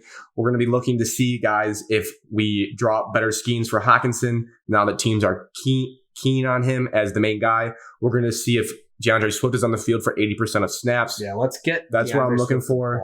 And then defensively, I cannot stress this enough. After what I watched Cleveland do, yes, does Detroit have a Myles Garrett? No. But after what you watch with that Bears offensive line, and any Bears fans I listen to, like the Barstool Chicago guys and Big Cat, they talk about how bad their offensive line is. If Aaron Glenn cannot dial up some pressure to fluster a rookie quarterback, who I assume will still be starting unless Andy Dalton comes back, I don't know. But if you cannot fluster Justin Fields in the pocket and get pressure on this terrible offensive line, that's going to be a red flag to me. Like, I think if you're Brockers, if Romeo Okwara, I haven't seen every snap, but where have you been? I better hear your name a lot on Sunday. Need you a lot. I'm gonna need a Reeves Maben blitz sack in this game. I'm gonna need people flying down, playing around with their hair flying off, and I'm gonna take Evan's score 21-17 Lions. And you know what? This is a must win. You cannot go 0-4 under MCDC. We own the Bears. We better put our foot in the ground and say, you know what? We may be a joke, but we're not the worst team in this division. We're better than the Bears. Beat them on their home turf. Must win. I'll be super out on the Lions depressed if they lose this game. You're delusional. When we did our game by game predictions, when we did our game by game predictions, I circled this game and I circled the Bengals game as games you got to come away with. We are the worst team in the NFC North. We are. No, we're going to prove it that we're not. Okay. Well, on that note, I'm just looking to see, quality play, disciplined football, and we're going to lose. Coach speak. Dan Campbell needs more than 3 games before you're throwing out must win. Must win. Not firing anybody. He inherited. Got to win the game. But they play the Bears. Bears stink. He inherited a bag of dog poop. And the Bears are dog poop. To win football games. Yes, it's not that hard. I see teams. The Bears made the playoffs. I see teams worse than that win all the time. The Bears were in the playoffs last year. They're not that bad. The Texans won already this year. We can't go 0-4. They played the Jaguars. Well, if we were playing the Jaguars, then I could maybe go in the must win. Maybe. That's a battle of the toilets. Soft for saying maybe. We played the Jets. Is that a must win? Yes, because they stink. Good. At least we're not off the reservation here. But I don't think it's a must win. Must win. That's so extreme. No, can't go 0-4 in the NFL. Win the football game. Desperation time. Now, something that I can't believe. I'm not even joking. Like, that's not even a shtick. This is being the raw thoughts. I can't believe that all came out. Closing topic here, the Ryder Cup, a team that should be desperate, a country, a continent, Europe should be desperate. If we absolutely dusted them, what was it called? The slaughter by the water? The slaughter by the water. Just the absolute slaughter by the water. Scotty Scheffler just said, pounded the word "Vamos" to John Rahm in his face. No, he didn't actually do that. Ton of viral moments. I wish I would have locked in more to this. I'm going to go back and watch YouTube highlights of the days because, I didn't soak it up because there was too much football on. But this was when I was watching this, I was so captivated by the raw emotion. And then they have Michael Jordan talking about why he loves it because it brings out the real competitive side of golf where people are trash talking and fans are allowed to boo. And it's everything I love about this type of golf that I wish was there every day. And because if every Sunday was like this where fans could be chirping at people and guys didn't like each other on tour, it'd be much better. But any highlights that kind of stood out for you guys throughout the weekend? Number 1, start saving your money. We're going to Europe. So that's going to be sweet. Wow. Evan shot that down. Come on, Evan. Got to go over. I'm not going to Europe. I'll wait for another, 7 years until it's back. Is it every 3 or every 2? Every 4. Oh my goodness. The President's every 2 years. Yeah, President's Cup. You get the President's Cup, the Ryder Cup every 2 years. Mike Tirico made it seem like super feasible for everyone. He's like, if you haven't been here, you have to go. It's like, okay, I'm sure I'd love to, Mike. But number 1 fans, the energy of the Ryder Cup is awesome. You think Jim Nantz hates he doesn't get to call this? He's probably disappointed. I was thinking he has the life where he gets March Madness, the Masters, he gets Super Bowls. He can't have it all. But deep down, keeps him hungry as he goes to bed. He's like, I don't have the Ryder Cup. I'm sure he loves this event. I love the fan interaction, just the talking. Whoa, so many swears out of Gillum tonight. Well, I don't know how else to describe that. Trash talking. It's boring. which is great. I don't know. The energy levels, the atmosphere, all of it is just awesome. And it really helps that this year we actually won because usually Europe been dusting us. So it felt good to pound them this year. The young youth movement. DJ, shout out DJ, was undefeated. Colin Morikawa looked good. Xander looked good until he played Rory the last day. And JT, I think he's kind of like Captain America now. The new Captain America. Yeah, I mean, he brings the energy after every single made putt that's like matters. He's a guy that's chirping the stands, like asking people to like stand on your feet. I can't hear you. I love that from JT. It was good to see. It was fun to watch. Some golf, every like normal tournament's kind of like, but this was like tune in. I woke up, it was a Friday morning. I was just scrolling through Twitter and also I was like, oh my gosh, the Ryder Cup's on. I was glued to my TV all morning on Friday because of the Ryder Cup. There's so much like fist pumping. Like every hole is a fist pump basically. It's great. And like I really love the strategy and like the absolute sweatiness of alternate shot. Like I like that so much more than the 4-ball. But like I love the fact that like you just have to rely on your partner to make that putt on the green. And as much as I love JT and all the celebrations, I think I became a fanboy of the DJ and Morikawa pairing because like they're the most like chill, don't react much. I mean, everyone reacts a little bit in the Ryder Cup. Like even guys like Patrick Cantlay are showing emotion, no hat Pat. But like DJ and Morikawa were the most like reserved and almost like I said in our group chat, they're just like ninjas. They're not really. They're like, yep, I expect to do this, and it's a cool dynamic where DJ is like 37 and Morikawa is like young 20s, and they're kind of the same guy, just like 13 years apart. And they're just absolutely stepping on the chest of Europe and just doing it silently. And no one even knows about it. Just silent assassins. The Ryder Cup trophy itself stinks out loud. It's a little small. It's tiny. It was kind of cool, as forced as it might have been. It was nice to see Brooks and Bryson hug. It was a really awkward dap up. It was the most like forced thing of all time. But then someone in the team yelled Brooksy, and then like Bryson laughed. So I think that might be officially squashed. I don't know if people are saying it's officially squashed, but I feel like it is at least. And then I let you go more on it, Alex, but it has to be so unbelievable, like the partying that's about to happen out of that team. It'd be one of the most like fun events. Point. All I want to do is just be there when they're partying or just watch. I just want to see all their celebrations and how hammered they get together. It's probably so awesome. We saw DJ already hammered at the podium. Yeah. Looks like it would be such a great, awesome time. Because it's such a small, tight-knit group and you're for country. I mean, I joked they're probably flying to Vegas. Like, I feel like you just get on a private jet. They could easily be flying. You probably just, because you're not going to party in Wisconsin, I don't think. No offense to Wisconsin. They do like to drink beer, but I'm not sure that's the vibe. I think you hop on a jet and go to a time zone that's earlier in the day and you're just in Vegas. And then you just let it rip all night. Also, at one point you said just being a young, like, good golfer that didn't get to play.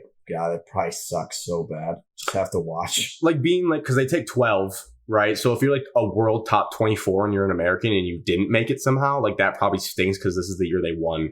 And like you could have been a liability out there and they still would have won. Like you could have gone over and the rest of the team was so good that it must also stink if you did go over and the team wins. Like it probably feels kind of weird. Yeah. Also, why did Bernd Wiesberger make the Europe team? That sucks. Rory sucks. No. Rory stinks. He's pounded Xander today. Yeah, he's not a team guy. He had to deal with Ian Poulter the first round. Did you see how bad Ian Poulter was the first round? Ian Poulter is like the captain of Europe. Like he is. Ian Poulter's undefeated in singles matches in Ryder Cup history. Undefeated, it's never lost. Yeah, and it's elite. It's stunning as all with the good team chemistry from Team USA. I honestly think the most surprising thing is Scotty Scheffler beat John Rahm 1-on-1. Guys, just cool, calm, and collected. That's going to go so under the radar because of a full day of NFL, but that's insane. Because John Rahm might be, I mean, he is the best player in the world right now, no doubt. We should petition for the Ryder Cup every 2 years. Down. I would say every year, but that might like lose its luster. I need to appreciate it more next time it's on. I might get the President's Cup next year. I think you should get the President's Cup next year. Yeah. Also, I don't know where you stand. Alex was like, man, he looked at me. He's like, wouldn't this be so much better if Tiger was there? I was like, no, absolutely not. Well, you guys are Tiger haters. Like, I enjoyed it actually more because I don't have to watch him and Phil kicking balls around, not winning matches. Well, I didn't. Okay. Phil was there too, by the way. Oh, I know. He's an assistant captain, which is fine. I'm fine with him being involved. Tiger was an assistant captain in the President's Cup. But I don't need him playing. Okay. Because their record stinks. I like the youth movement. Tiger dusted Abraham Answer. Oh, Abraham. I could be Abraham Answer. That's Wrong. not true. At putt-putt. Close. At No, putt-putt. probably not. At putt-putt. No. No. All right. We're off the rails, so let's close this thing out. At Shot of MS for all the social accounts except for TikTok, Shot of Michigan Sports. That's the best place to see clips, any graphics we post. New merch, the Woodshed merch. Woodshed movement. There might be more coming. We'll have to kind of see. We've gotten some requests for new merch ideas, Evan. Maybe some crew necks, maybe our own Tuck Coming brand, because I think we don't get copyright if we do that, because that's not trademarked by anybody, at least not yet. We will. We'll try to think of some other good ones. If anyone has any suggestions of stuff you want us to make, let us know. We can try to whip up some stuff, but keep an eye out for that, because I don't know. I guess the Woodshed thing's here to stay, especially if you watch the FS1 broadcast. And then how to listen: Apple Podcasts, Spotify, YouTube. You know the drill there. As Alex mentioned, like on some it's follow, some it's subscribe.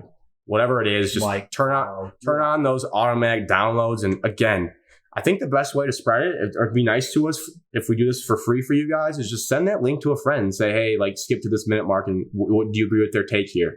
You know. And again, we have timestamps in all the episodes, so you can jump around, because these football ones, if you guys haven't realized, they're getting long. You know, we're like 2 hours of shows because we love football and it's the best sport. So skip around if you want to. Rate and review, 5 stars would be great. Then submit any questions you like answered, DMs or email, whatever works. So with all that being said, cheers to episode 39, and cheers to not apologizing for being 4-0 in the Big Ten. It's a hard thing to do. Yeah. 4-0, baby. Cheers to an undefeated September. And on to October. Top of the Big Ten East. Michigan State's top of the Big Ten East. Solo Big Ten East leaders through a month of football. Feels right.